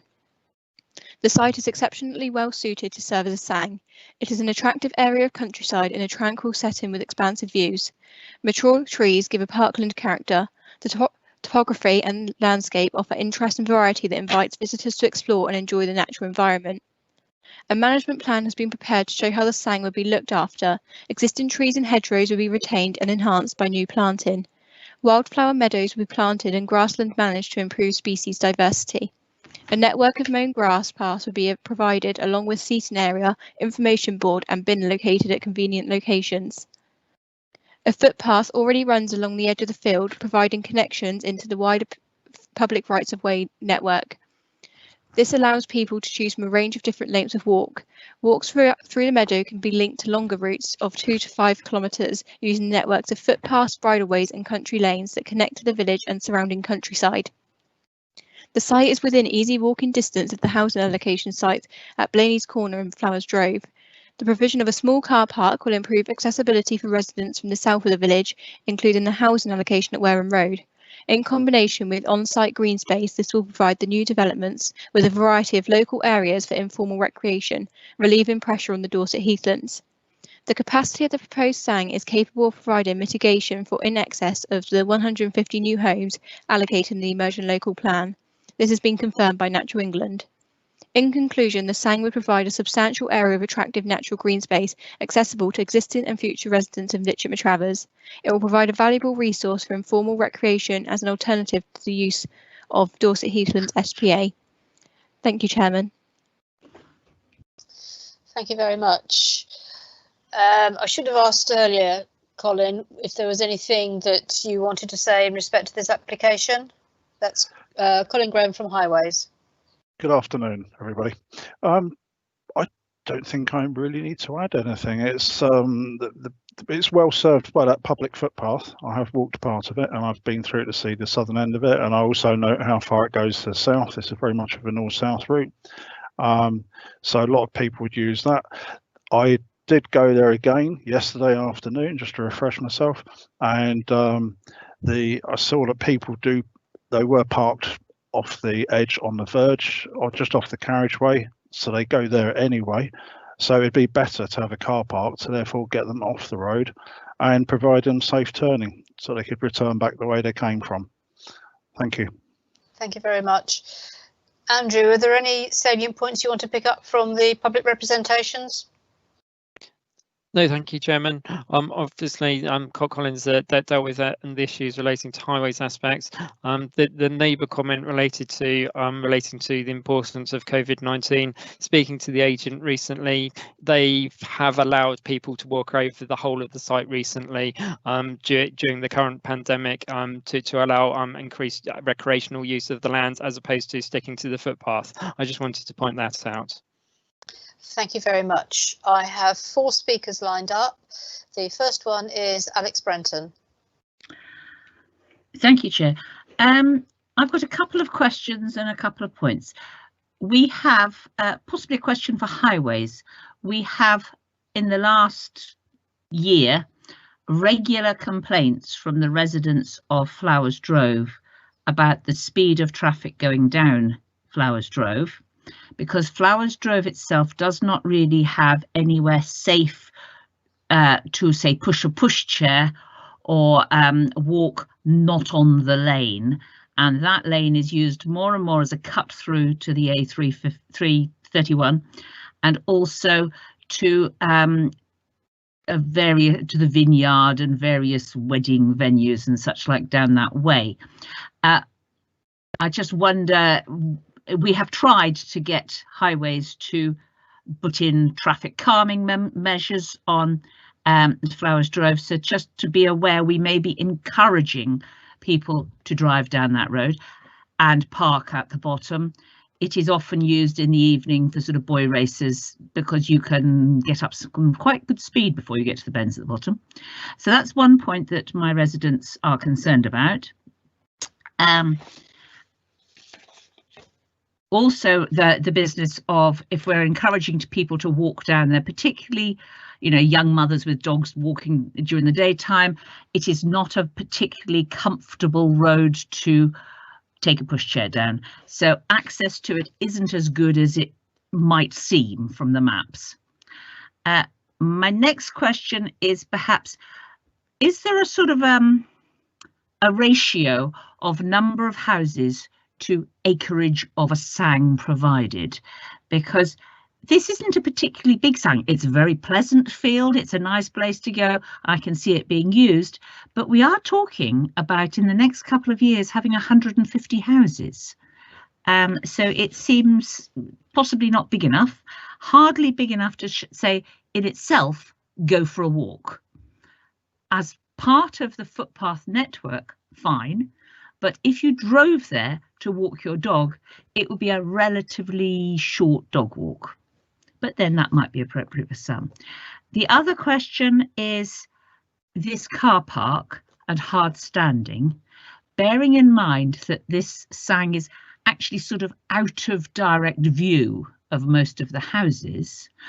Are the provisions to put in, say, a high gate to stop caravans, you know, transit vans, etc. going in? Because there is a fear that it could be used as a sort of impromptu travellers' site. But it also, of course, would apply to vans fly tipping. So I just wondered if there was any plan to have a sort of a high gate so only average cars could go in. The other one is, who is going to maintain this site and what is the timescale on it? Thank you. Generally speaking, I'm in favour, but there's a few points I like tidied up. Thank you very much, Alex. There's 4 questions in there, so I'll get Andrew to respond to those, and also Colin on the speeding traffic issue. Okay, thank you, Chairman. I do apologise. I should have mentioned it. There is a high gate proposed, high barrier proposed across the gate, across the entrance. That is detailed on the plans, and I should have mentioned that in my presentation. I do apologise for that. And in relation to the acreage of houses to land, as explained, there has been ongoing discussions with Natural England relating to this site. They would not be supportive of this application relating to this size if they did not believe it could cope with this level of houses proposed. Obviously, it's an allocated site and proposed allocations of 150. They are more than happy to and very supportive of this proposal in this case. So in that respect, if the sign wasn't large enough for the number of dwellings, Natural England would be clearly raising objection, which isn't the case in this instance. The other issue is maintenance and how is it going to be maintained. I alluded to that earlier relating to the proposals to have a section 106 to this application and tie it into the emerging sites when they came forward. It's also proposed, as I explained further, relating to have individual section 106 that ties it back to this sang itself. So therefore, the maintenance and the details relating to that would be provided in that section 106, and the developer would be providing that maintenance during those allocations when they come forward. Because you have to remember that there's no need for the sang at this moment in time. There's only a need for the sang when there's the dwellings come forward. Obviously, this application's been submitted and we have to assess it as it's submitted, but there's no reason why it couldn't be used informally until these dwellings come forward. Hopefully that answers your questions, Councillor Brenton. Thank you. Colin, did you want to pick up on the speeding traffic, please? All I can say is that's an enforcement issue. I empathise with anybody adversely affected by it. I have done plenty of traffic calming schemes myself in the past. Yes, it is a long, straight section of road there, and then with what we'd refer to as speed reducing bends. The narrowness, if 2 vehicles come towards each other, they have to slow down to creep past each other anyway. traffic calming per se these days isn't popular in terms of putting it in, paying for it, maintaining it. So maybe it's something to bring to the attention of the police, and I'll have a chat with my colleague Mike Potter, who deals with the road safety as well. I would expect people to actually be walking along the public footpath. That might be better. If you're going to go for a walk in a sang anyway, you're going to have outdoor shoes on. You're expecting to go for a walk, so it'd probably be better. And you would be on you've got to be on a road to go from the old club to the south. Off the end of the footway there, you've got about 160 meters of road to walk in, which is less than what you'd have to do here, but it's a wider road and you can be seen. I wouldn't expect there to be any specific issues. There's good wide verge. I did note one of the hedges has been allowed to virtually overgrow up to the edge of the carriageway, which I was a bit concerned about, and I would be picking that up elsewhere. But yeah, there's plenty of place to step out of the way if a vehicle was coming and you were concerned for your safety. I did walk it yesterday. Thank you. Thank you very much. Kim. Chairman, if I can just come in answer to the question about the size of a sang. Clearly, open spaces have got different characteristics and different qualities. And as just to touch on what Andrew said, the importance of the dialogue with Natural England is the whole point of their provision is to mitigate the impacts on the Dorset heathlands. And the size will vary, and we've got some in the district which have got a waterlog, they need boardwalks, etc.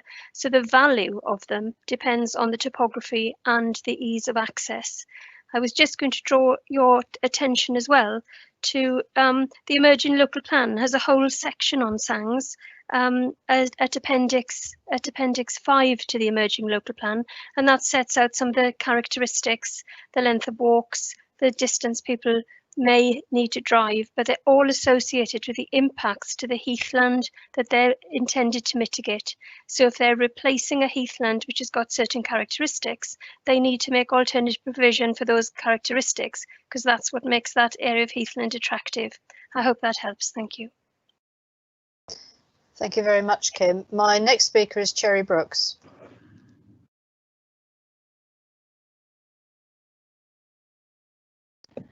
Thank you. I was just trying to flick my way through the local plan then. Did I hear right that that it is 1.8 miles away from the development? The sang is 1.8 miles away from the development. Could somebody clarify that, please? So is Andrew Collins here. Is 1.8 kilometres, so 1,800 metres, as opposed to 1.8 miles. Okay, thank you. Okay, so you mentioned Bog Lane as being a good example of a sang that was a bit of a distance, a bit of a walk from the development it was intended for. That's the one in Wareham. But what you didn't mention was we actually we found that people that were on that development didn't walk to it because it was too far. And then we had quite a lot of subsequent problems, which I'm sure you've been well aware of, with inappropriate use of that sang. So I would want to make sure that it, to me, look on the map, it looks as though it's too far away and that from the development, and that you would have to drive there, and I'm slightly concerned about it because I didn't think that the Bog Lane one was a particular success. I know that Natural England did because of the biodiversity, but in terms of providing facilities for people on the developments, I didn't think it was that much of a success. Thank you. Thank you. My next speaker is Beryl Ezard.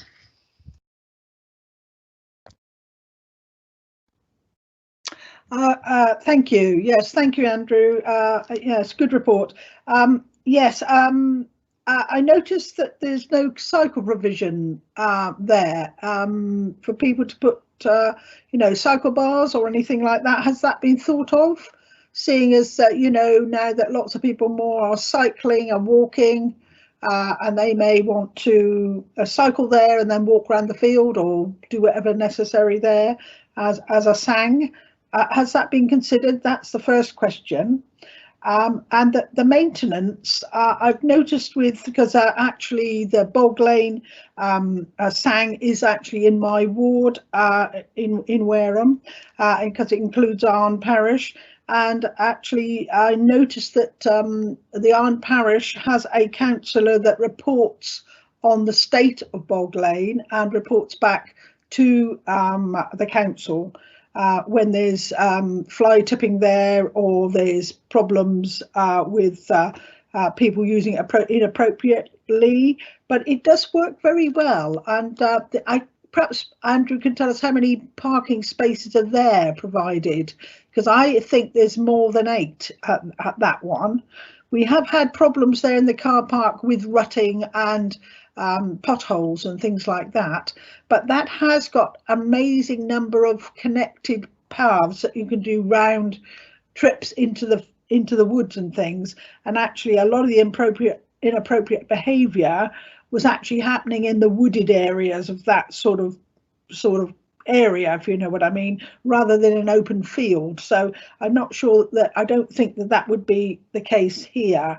But certainly the other thing is rubbish bins. Would any rubbish bins be provided? Because at Bog Lane there aren't, and although there's notices saying take your rubbish home, lots of people don't. So I'm just wondering whether that would be provided or not. So 3 questions there, Andrew. Thank you, Chairman. Okay, thank you, Councillor Ezard. Andrew Collins here again.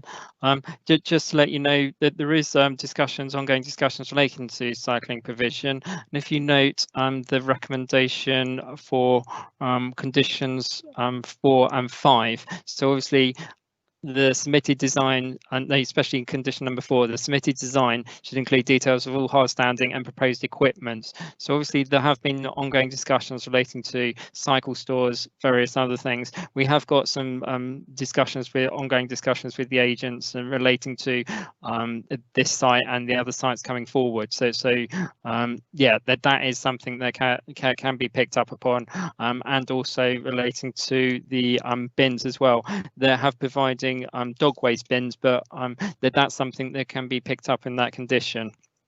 In relation to number of parking spaces at Bog Lane, I'm not aware of how many there are at that point, but I'll just do some research and bear with me, and I'll come back to you on that point. Okay, thank you.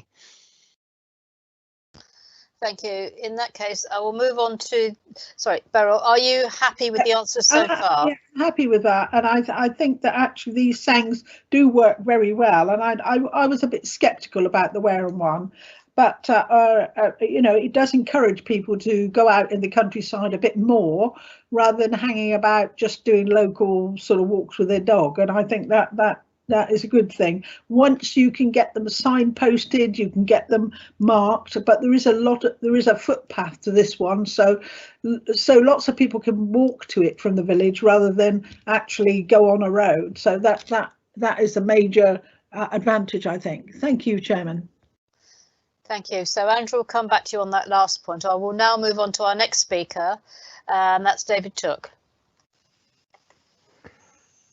Thank you, Chairman. I did have a few questions. The first couple seem to have been answered reasonably well. I was going to say what size of sang and what length of circular path is appropriate for 150 new houses.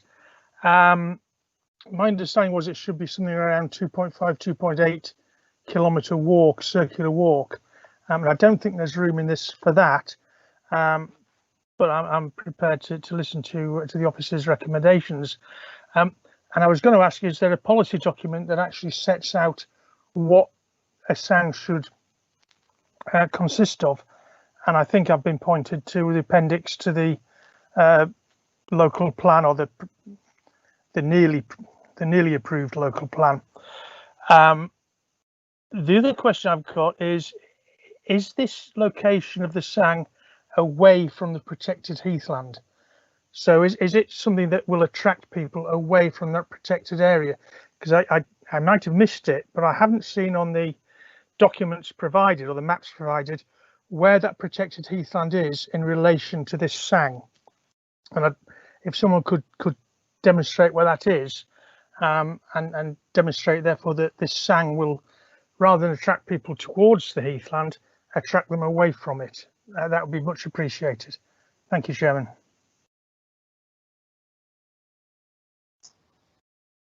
Andrew, have you got an answer for that? Andrew, it's set out in the local plan, the heathland and the Poole Harbour issues that this is sought to mitigate. I'll try and find the policy if you don't get to it first.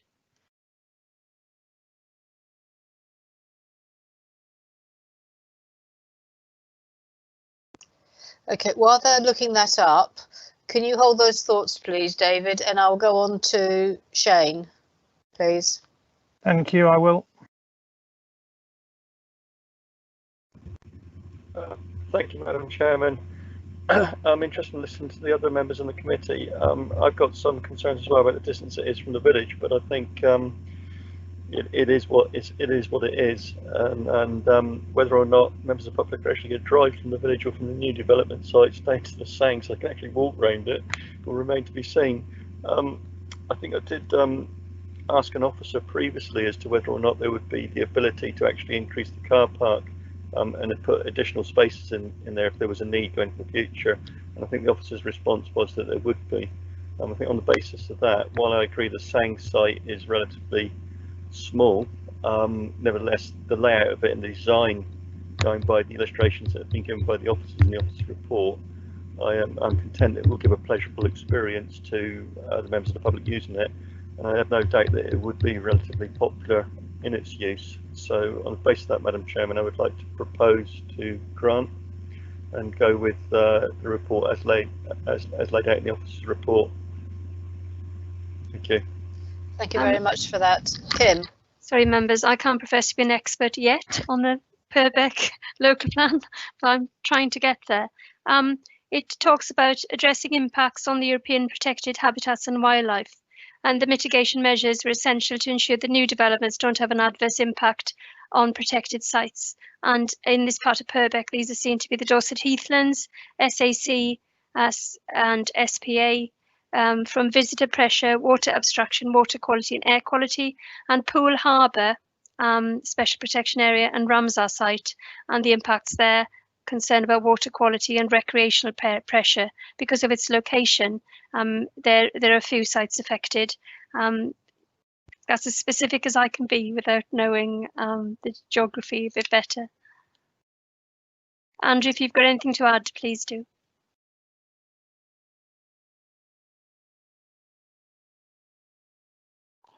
Just a minute. So sorry, Andrew Collins again. Sorry to keep you waiting here.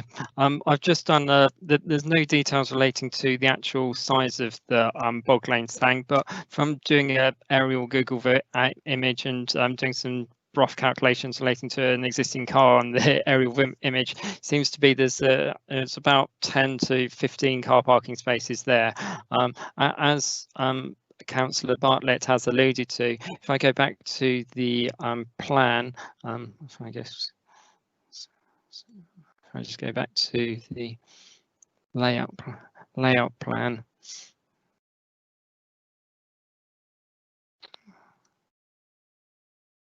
There. Be a second here, sorry to keep you waiting.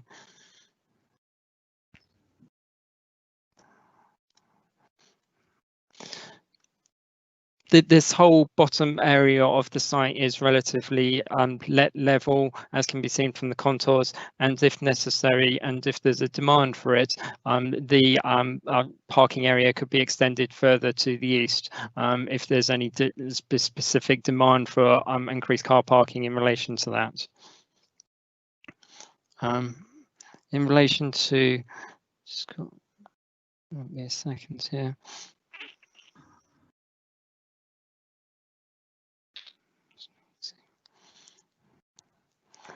Just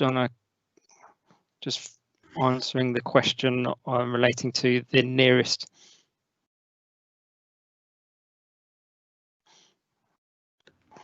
I'm on the magic map council which lists all the protected areas, so it won't be a second here. If you just come back to me shortly, I'll let you know precisely which areas are and how far away they are.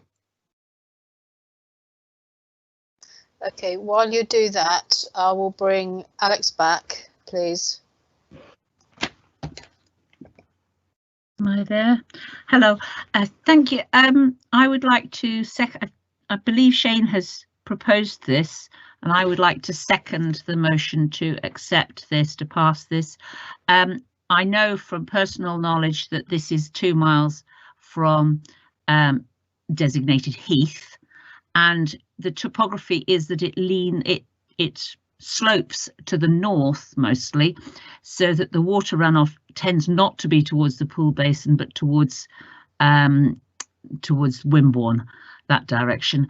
It is on the edge of the clay and chalk, so it isn't heathland area, and therefore if you're going to have a sang, this is not a bad place to have it. I just wish it was bigger.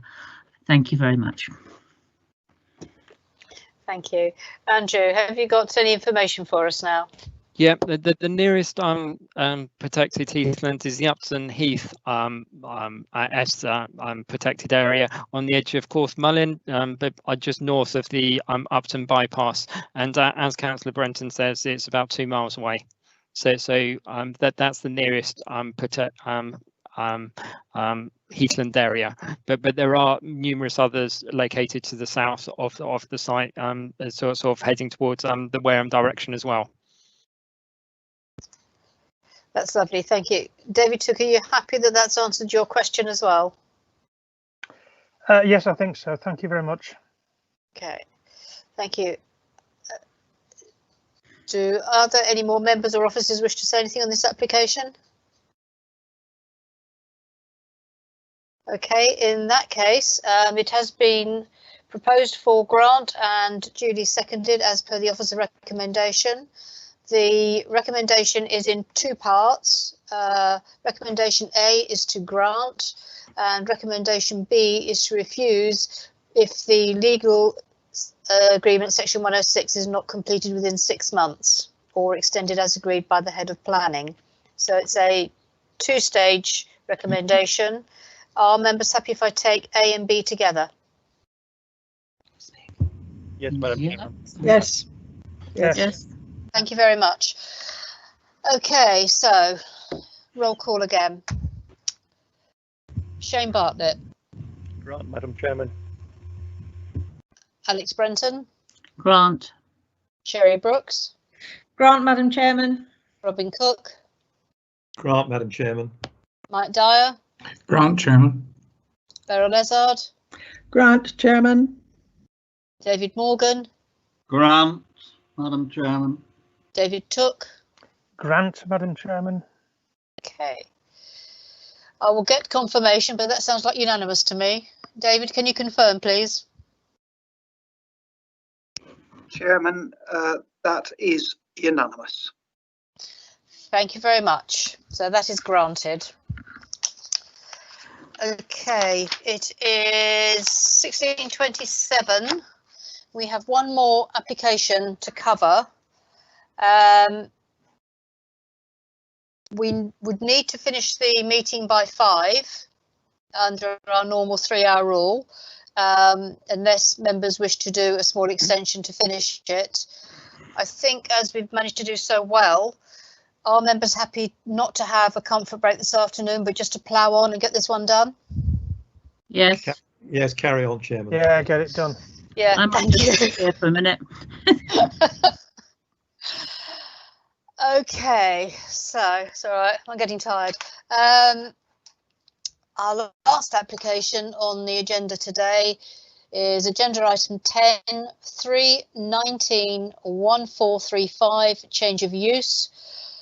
Change of use of buildings to commercial uses under B12 general industrial and B8 storage and distribution.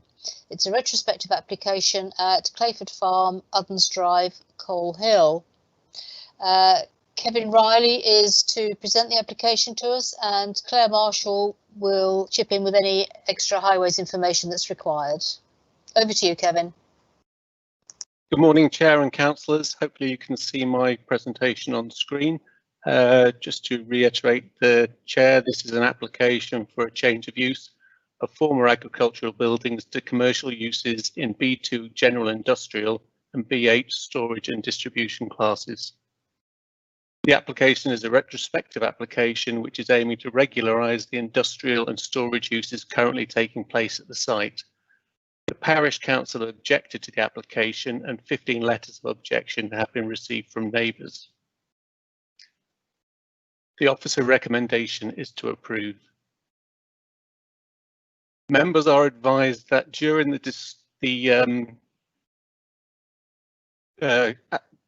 assessment of the application, the description of the proposal was changed in order that it more accurately reflects the use classes of the businesses operating at the site. Consultees were informed of the change and a new site notice was posted. The site lies at the end of approximately 1.8 kilometres of unmetalled forest track in a rural greenbelt location. This slide shows the aerial of the site. This slide shows a sawmill to the northwest of the site, and to the southeast is our farm buildings and a row of dwellings to the west. The site has two links to the adopted highway, one close to White Sheep Farm to the northwest, and one linking with Uddens Drive to the southwest. The access roads are constructed from compacted hardcore and form part of the bridleway network. Clayford Farm and the buildings indicated in red on this slide no longer forms part of an agricultural holding. An alternative use is therefore sought for the site and the buildings. The site comprises of a range of former agricultural buildings arranged around a quadrangle which forms the parking area. The buildings are currently divided into 17 small industrial units, typically with approximately 75 square metres of floor space, with the largest being of approximately 170 square metres. Approximately half of the units are used for storage. There is already a sausage factory within the site which has planning permission, and this is a B2 industrial use. The converted buildings are fairly typical steel portal frame buildings. Building 1, Building 2 and Building 3 are proposed for conversion. This slide shows the site entrance and Building 1, which forms the western boundary to the site. These photos show the southeast corner of the site and the road leading away from the site. These pictures are taken from within the site, which show the buildings which have been used for industrial purposes in various guises for several years. Quick whiz around the site. The key issues for this application are whether or not the refusal reasons for similar applications for the site made in 2001 and 2012 remain relevant, whether the access roads for the proposed uses are adequate, whether or not the proposal is compatible with the other users of the road, which is also a bridleway along much of its length, and whether the impacts on neighbours are acceptable. The refusal reasons for for similar applications made in 2001 and 2012 were the unsustainable location, the impact on the green belt, and that the access track was considered likely to be inadequate for the anticipated increase in the level of traffic, and also due to the anticipated noise and disturbance generated by the additional traffic. The principle of the development in this rural location is now considered to be acceptable due to an altered policy context, particularly that within the NPPF, which gives much greater support to business needs in rural areas.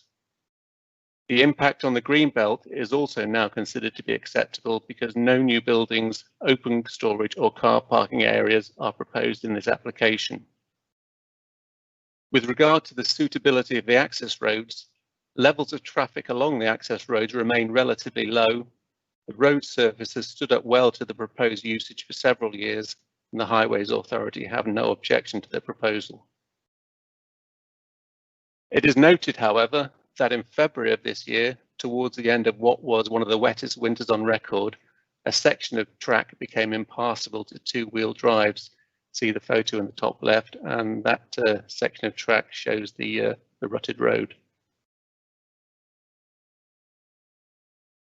It was following this event that 15 letters of objection to the application were received.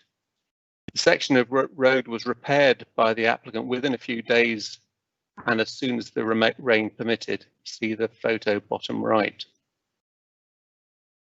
More permanent repairs have since been made, and all sections of the access roads are in good condition, as evidenced in the following photos. The photos show traffic remains light and provide good evidence that the surface of the track has withstood the test of time. The road is wide enough for two vehicles to pass along much of its length, and there are several passing points. Neighbours living close to the site have informed me that there is no formal agreement in place to maintain the track, and that they currently rely on the applicant to maintain the track.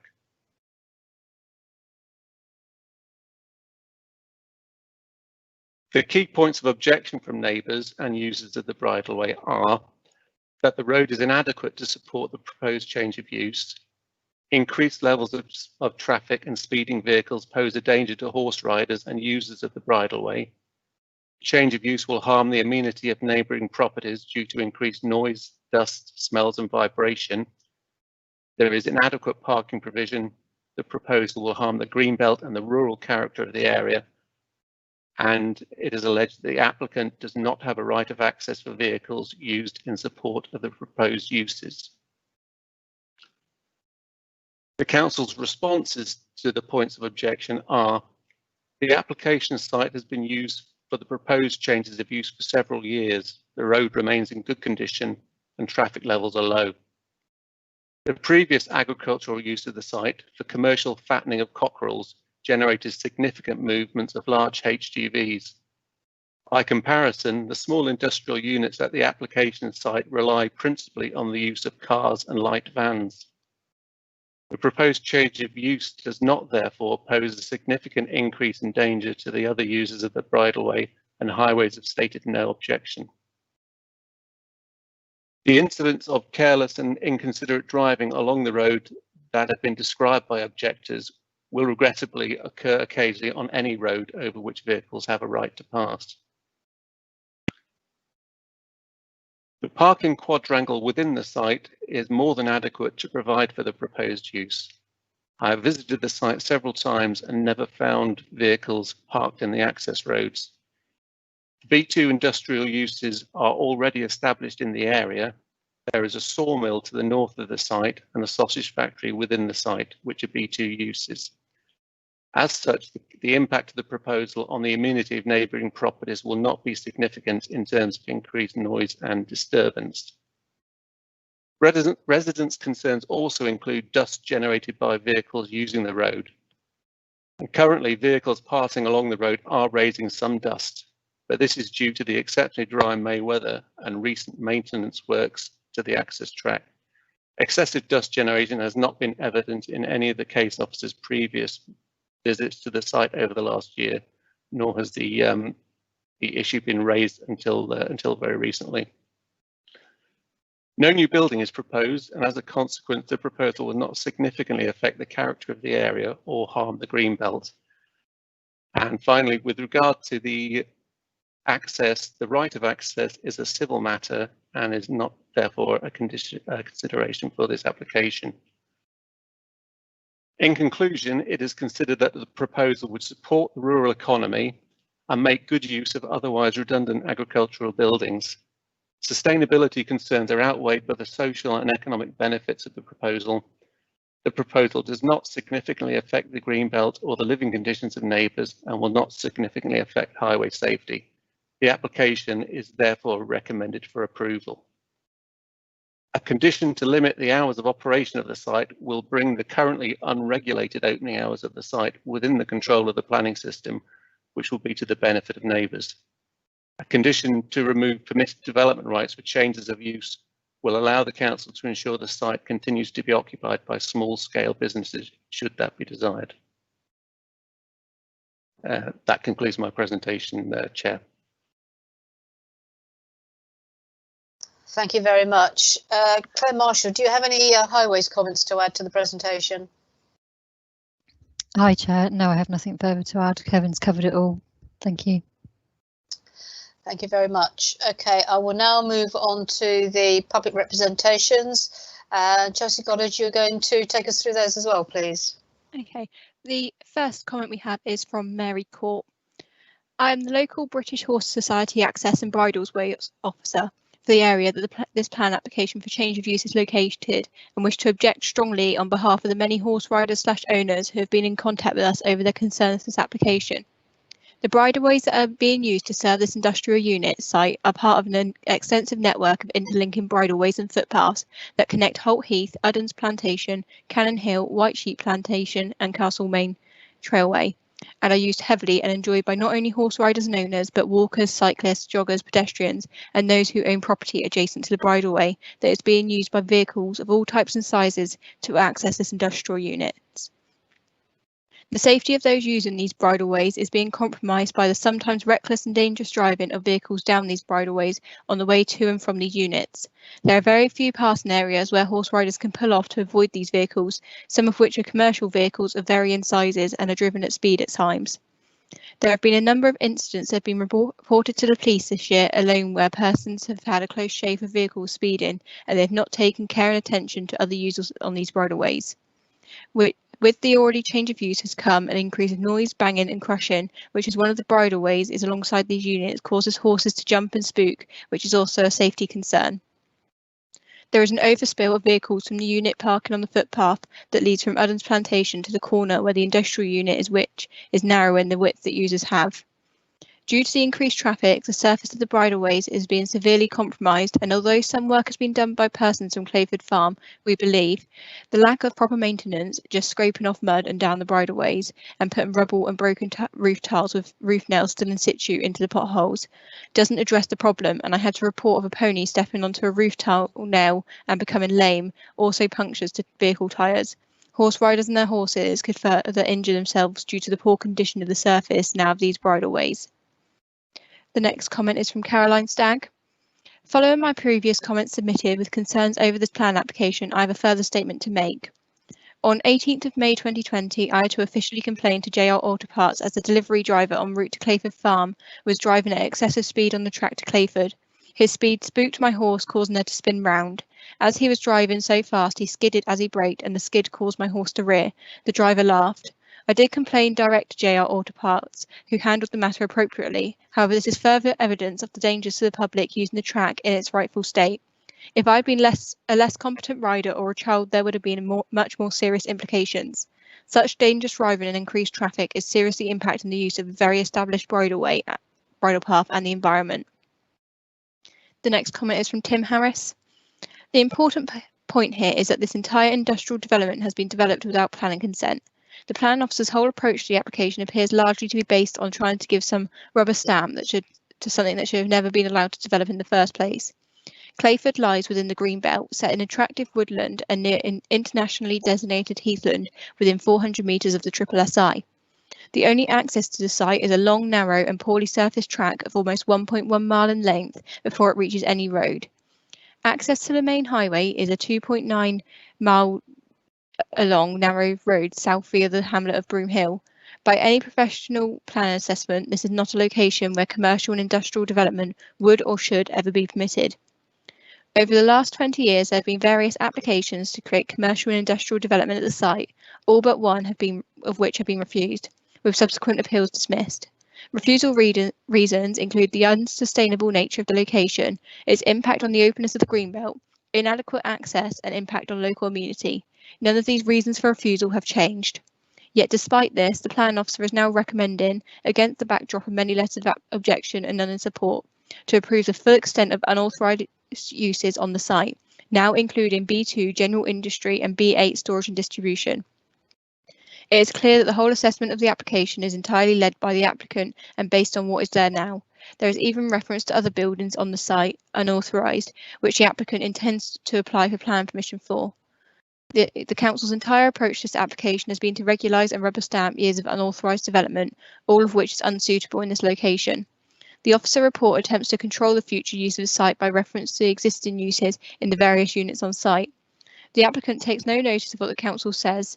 Uses have changed over time without planning consent. This will continue to happen. Further development has taken place in the past 2 weeks. The council has proved unwilling to enforce against these uses. So having only just considered the impact of this retrospective application, it is already clear that further intensification of the industrial use at Clayford is planned, once again through unauthorised development, this time of new buildings inappropriate in Greenbelt. The applicant's intention is quite clear, that industrial uses at Clayford will continue to the detriment of the Greenbelt, the local environment and residents. This application must be refused. The next comment is from Deborah Ray. Impact on openness of Greenbelt and SSSI. The desire to regularise this unauthorised development means that the planning officer's assessment of the proposal is partial. The focus appears to be that the recent changes to the MPPF, which permit reuse of buildings in the Greenbelt, effectively permit the development, supported by other statements which encourage growth of the rural economy. The conclusion is that because this development involves the reuse of existing buildings, that will have no impact on openness of Greenbelt. However, impact on openness should not simply be measured in terms of buildings, but also in terms of activity. This area of Greenbelt is characterised by forest and heath. Over time, these units have been annexed from Clayford Farm and changed from an agricultural holding to an industrial park, and a rural track into an access road for the industrial uses. The intensification of use of itself impacts on the openness of the Greenbelt, and any permission for Class B2 general industry will inevitably cause further harm to the Greenbelt in terms of heavy vehicle movements and activity on the site. As well as the planning protections given by the Habitats Regulations Act to the Heathland SSSI site, there is a very specific species ecosystem directly impacted by the increased traffic caused by the development. This would raise the impact threshold on the Habitats Regulation Assessment even further. The Sallow hedge line, immediately next to the main access track on the White Sheep's boundary fence line, has been independently confirmed by a national wildlife charity to hold a BAP listed species. The dingy mocha moth. The moth eats and breeds in the rare hedgeline environment, which is cut and managed in a very specific way to ensure the future of the moth. Adequacy of site access in respect of access to flower, the report is also flawed. It is acknowledged that the access track is long and more poorly maintained, yet the lack of accidents appears to be used as a measure of its adequacy. With a poorly maintained, often muddy track, vehicle speeds are likely to be such that collisions are unlikely. This, however, is no proof of the adequacy of an access. Permission for B8 and BT uses is likely to result in increased movements of larger vehicles. In particular, vehicle repair uses involve frequent car and lorry movements to and from the site.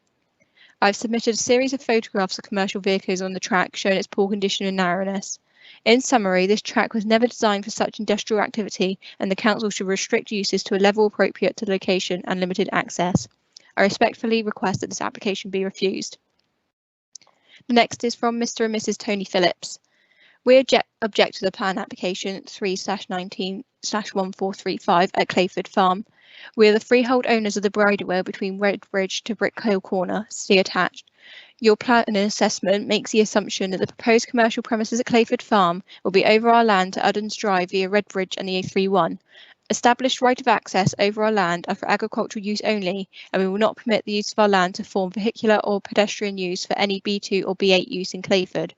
Accordingly, as this application site cannot satisfactorily access the public highway, this application must be refused. The next comment is from June Stagg. I've been connected with the area of White Sheet, especially the main track, for over 30 years. It has always been an area of natural wood and heath with a bridleway running from the main road on White Sheet Hill to Clayford Farm.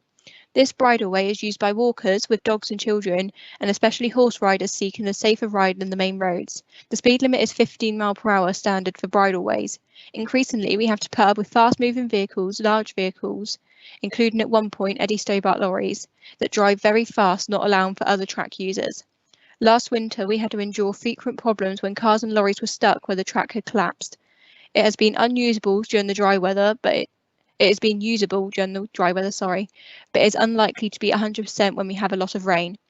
Any increase in traffic will not be in keeping with the area. It is a rural area, not an industrial area in any form. We need to preserve the natural habitat, Many more people have discovered this wonderful area during the present crisis, and hopefully they will be able to do so for many years. The next comment is from Hazel Johnson. Safety of Clayford Lane if plan is accepted. Road not suitable for HGVs. Where can the general public and other road users pass safely, i.e. carriage drivers, cyclists, ramblers, horseback riders, runners, if more traffic is introduced to Bridleway?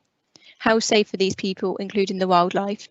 My daughter and I often sit in the field with our horse and listen to the nightjar bird, and we see lizards and other reptiles basking in the sun on the road. The hedges are covered with dust and dirt from the vehicles which use it now. May I say too, they drove too fast down the lane. The owner of the field had to jump out of the way of a speeding Land Rover which came from one of the units. They're already at 70 miles per hour. He had to jump out of the way and they just laugh. It's not funny. My daughter out riding her horse had 2 cars come up my horses behind, revving their engines. It made her so scared. I've seen other people having near misses for people speeding. They do not respect the 15 mile per hour speed limit. The people that live down the lane cannot put their washing out in their own garden for the dust that is left behind from the cars, vans, lorries and speeding down the lane. And what if there is fire like the Wareham fire? How would the search and rescue fire police get to it fast if there's vehicles that cannot give way as the road/bridleway is not wide enough? It would be a disaster to the people that live in that land and to the wildlife if the planning goes ahead. Is the gentleman prepared to make the road safe for users to be able to be passed safely? Bear in mind, horses and cyclists, you have to leave a 2 metre safety gap when passing.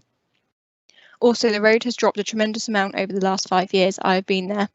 I understand progress on units, so why don't they use the units built not too far away in Western Wales? Thank you. The next comment is from John Coombs. As residents of 3 Clayford cottages, we object to application 319-1435, Clayford Farm. No lawful B2/B8 use has ever existed at this site. The site is in an established residential area. It is contrary to policy to allow a B2/B8 use in this location. The LPA made significant allocation to the B2/B8 land at Ferndown Industrial Estate, which hasn't been developed. The industrial estate is highly sustainable and capable of accommodating any demand for B2/B8 use in the area. The site requires right-of-way to access the highways and is made over Bridleway in private ownership of Mr. Phillips. Change of use requires permission from Mr. Phillips. This approval is not granted. S25 of the application form, certification and Section 8 access is incorrect. Bridleway access to the site is unmade. Use created by the application site produces significant dust and air pollution, which is harmful to the amenity of neighbouring residents. The narrow bridleway cannot safely be used by large commercial vehicles and pedestrians at the same time, and the use is a major highway safety issue having an impact on the amenity of neighbouring residents.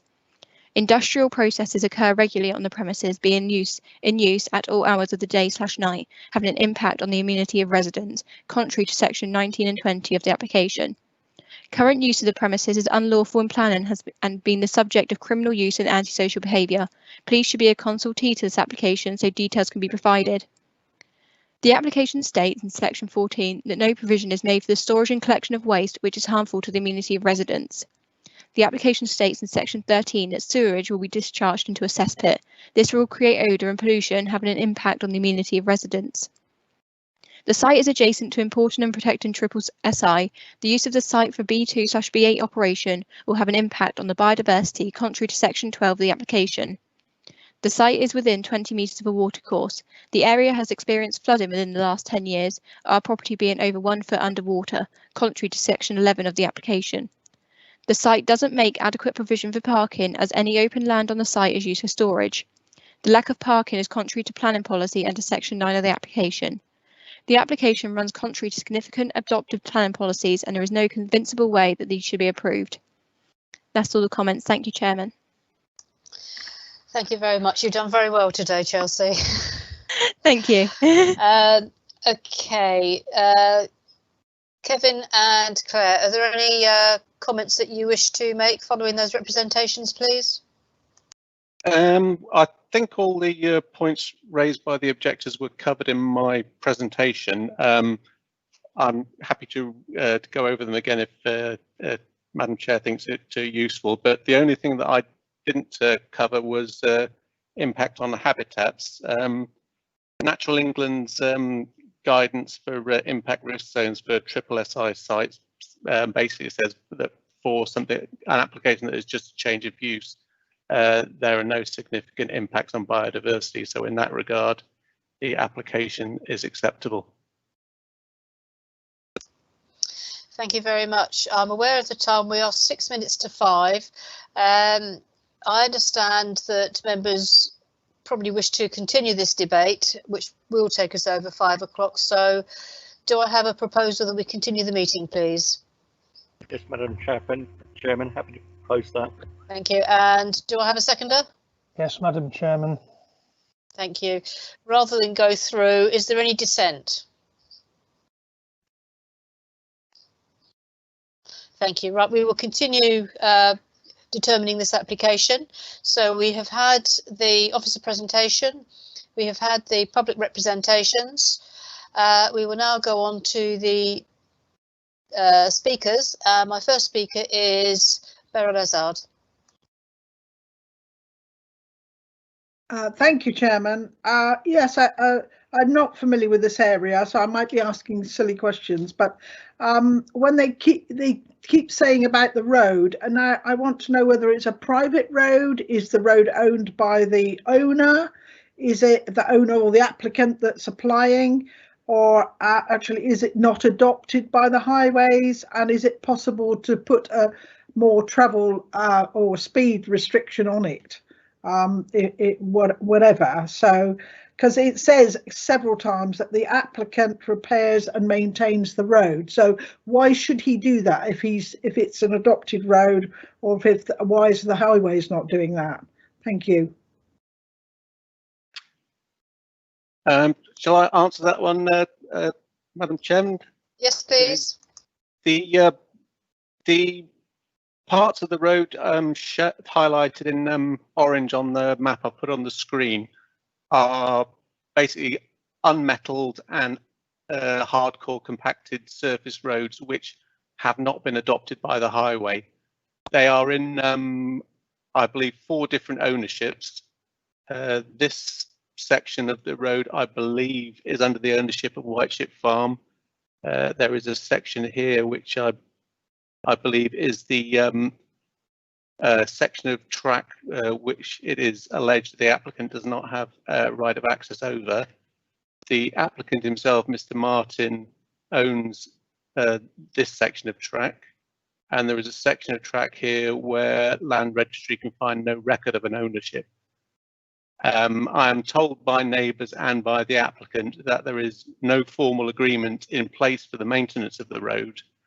But historically, the applicant has maintained the road as one of the principal users of it, and none of the other people that use the road are part of that arrangement, or as I understand it, pay any contribution. So the applicant is basically maintaining all of this stretch of road, but there is no formal agreement in place for him to do so. It is clearly in his interest to continue doing so, as he has been over the past few years, because without that good access, he obviously will not be able to successfully let his businesses. Can I have a supplementary, Chairman? Yes, that's fine. If that's the case, there can't be a speed restriction put on it by the highways, I don't believe, or he could put a one on himself, couldn't he, if he felt that the neighbours or people that live there, and also they were flouting the 50 mile an hour, which is obviously noted on there, to actually slow people down a bit. I mean, it is a narrow one-track road with passing places, I understand. So could we recommend that with this application or not? Well, with regard to speed restrictions and whether we could impose those onto the road, could I ask Claire Marshall to comment on that, please? Hi, Chair. It's not a public highway, therefore we couldn't impose any restrictions of speed on that road. Thank you. So this section of this is the only section of road that is owned by the applicant. So any conditions for signage outside of that would not be lawful. The thing is, I'm not saying we can impose on them, because we can't. But could we suggest it to him that perhaps doing that would be favourable for the neighbours? It could be added as an informative, but I don't think, because of the multiple ownership of the track, it's something that we could do through condition, I'm afraid. Kim Cowell here. Yes, we could certainly draw to the applicant's attention by way of an informative note. I think that would be very helpful, because a lot of the the comments mentioned about the road and the surface and everything else. So I think that, and certainly the horse use being a bridleway, I think that would be helpful. Thank you. Okay, thank you very much, Beryl. I'm going to move on to the next speaker now, which is Robin Cook. Thank you very much, Chairman. This is in my ward, and I've been subject to quite a bit of discussion with residents on and off about this retrospective application. What we're looking at here is obviously to try and regularise something that's been going on for some time. To say I'm uncomfortable with it, there's a conflict here, because I've been a great advocate and supporter of the rural economy, which is very important to the whole of Dorset, the particular Dorset that we are, the Dorset Council. And, you know, there is, in the summary of reasons for recommendation, it does say that, you know, if we refuse this, we'd either have to close or relocate 17 businesses. Well, I don't think anybody wants to do that.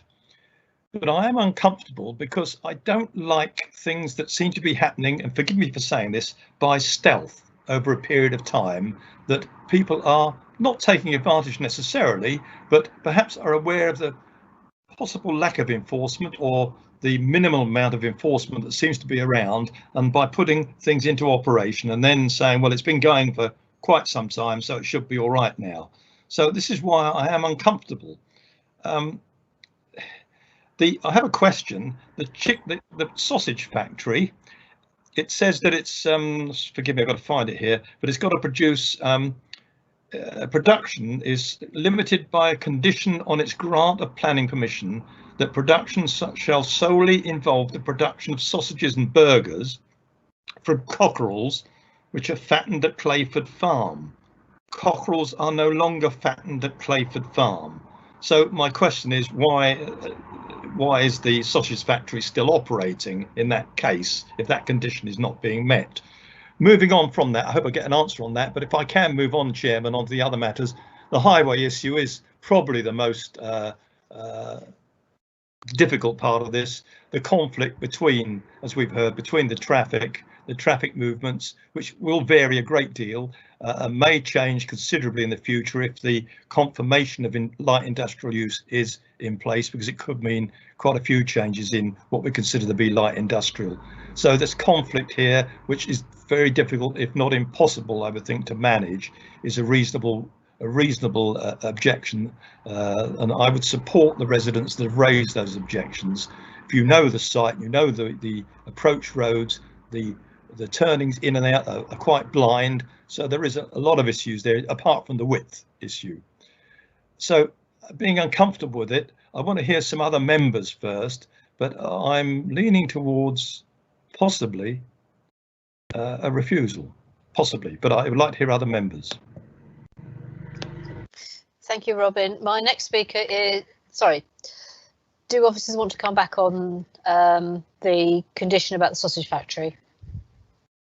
Well, I would just add that it seems logical to conclude that the sausage factory is no longer operating, or it could be in breach, but that is speculation and certainly would require investigation. We can't take a clear view one way or the other as to what has happened there. Okay, thank you very much. I'm going to move on now to Shane Bartlett. Thank you, Madam Chairman. I'd like to touch on something that the officers spoke about just now, that Councillor Ezard raised, and I'm not quite clear on it. I'm minded to propose to go with the recommendation as laid out, but it's to do with the conditions, and is it possible to put in the conditions that while at the moment the applicant has, it would appear on a goodwill gesture, maintain the condition of the road stroke bridleway, its surface, and obviously over the years they have been very good at doing that, and it's been said by the officers in their interest to do it, because obviously it makes leasing out those units far easier if it's obviously if the route into those units is one that is you're able to travel on it with no great hardship. So I just wondered, within the conditions, we could actually ask the applicant that he would be required in the future to maintain the surface of that non-metal road to an adequate standard, and whether he would be asked to put warning signs up for the horses on that route. Could I just have an answer to that, and then I'd like to come back, please? With regards to putting a condition requiring the applicant to maintain the track, unfortunately, because the road is in multiple ownerships, that wouldn't be a lawful condition. We could, as we discussed, put an informative recommending that the applicant put some speeding signs on the section of the road that is under his ownership.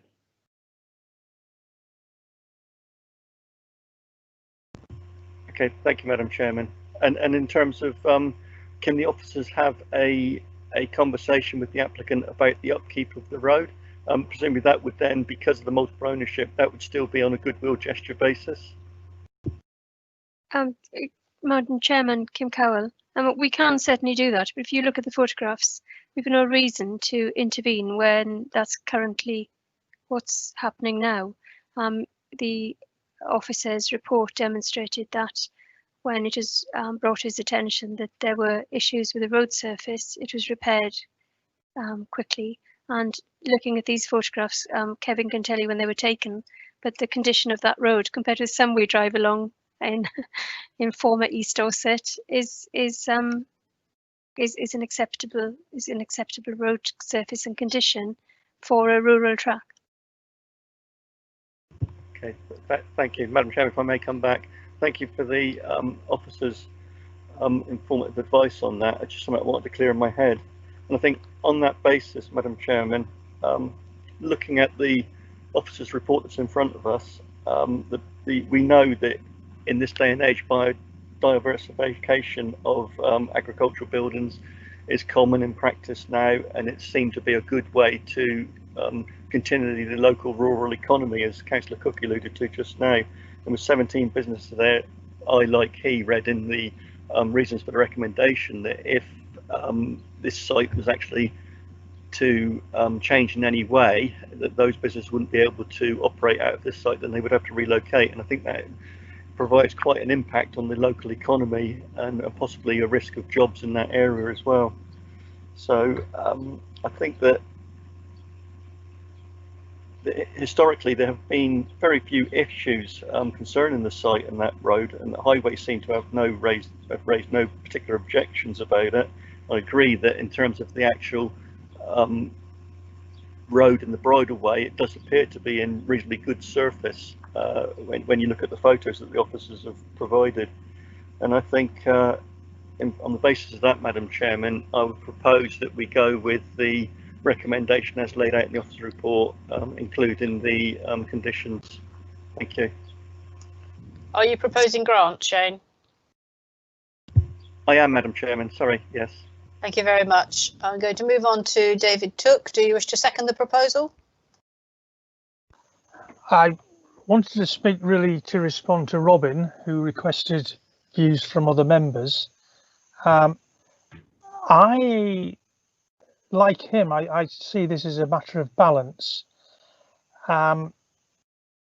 What sways me most is the 17 businesses that have been established there for some time and presumably are making a good contribution to the local economy. The access issues, Clayford Farm have been responsible for maintaining those tracks, whether or not they own them, and clearly it's in their interests to continue to do so. There's not been any historic problems, as I understand it, with the site. although there was an issue when the track was very wet, very muddy, but that was fixed very quickly. So my inclination is that on balance, I think I would support rather than reject this application. So on that basis, yes, I would second Councillor Bartlett's proposal that we accept it. Thank you very much, David. Robin, you wanted to come back, please. Yeah, thank you, Chairman, if I may. It's just really, it's this possible closure of 17 businesses, which is not hanging well over me. But on the other side of the coin, I mean, if this were to be refused, there's nothing to stop the applicant coming back with an alternative usage, which could still give some employment in the rural economy.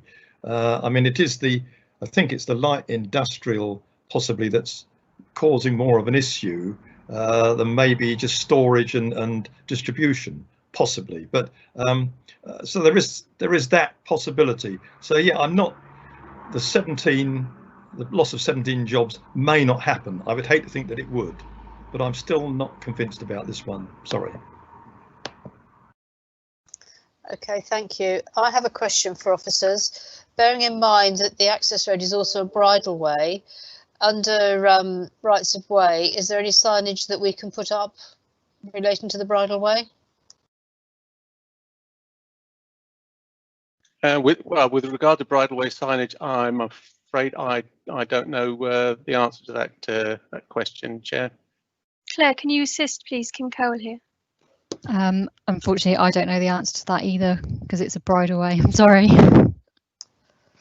Yeah. Okay, I mean, the bridleway does have its usual signage that you would find indicating that it is a bridleway, so to speak. But outside of that, I'm afraid I don't have the knowledge to comment. Kim Cowell here again. Officers can certainly make those approaches to the rights of way officers to find out whether or not there is any opportunity for those notices along the bridleway to be clearer in terms of use, and the same with the if we put an informative note onto the applicant, if we pursue those two options, then we might be able to improve the advance warning.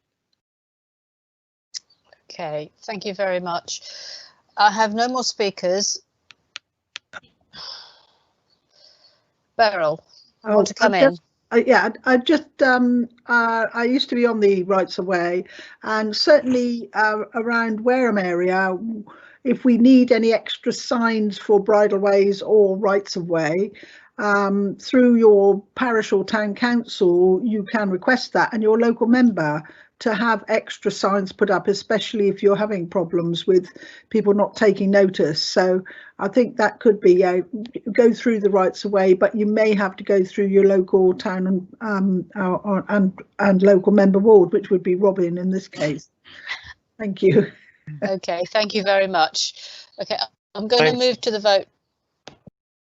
I'm going to move to the vote now. It has been proposed to grant as per the officer recommendation, proposed by Shane Bartlett and seconded by David Took. I should go through the roll call for the last time today. So, Shane Bartlett. Grant, Madam Chairman. Alex Brenton. Grant, Madam Chairman. Sherry Brooks. Refuse, Madam Chairman. Robin Cook. Refuse, Madam Chairman. Mike Dyer. Grant, Chairman. Beryl Lezard. Grant, Chairman. David Morgan. Grant, Chairman. And David Took. Grant, Chairman. Thank you. David, would you like to confirm the voting, please? Close it down, I'll take this off. No, in a second. Chairman. Hold on a minute. Yep. Members, can you turn your microphones off, please? Okay, me ready? Thank you, David. Yep. Yes, Chairman, by 6 votes to the the recommendation by officers is agreed to grant. Okay, so that's 6 in favour and 2 against by my reckoning. That's correct. Yeah. Okay, thank you. That is carried. It is now 17:14. You have been going since 10 o'clock this morning. I applaud all of you. You need a medal. Thank you all very much.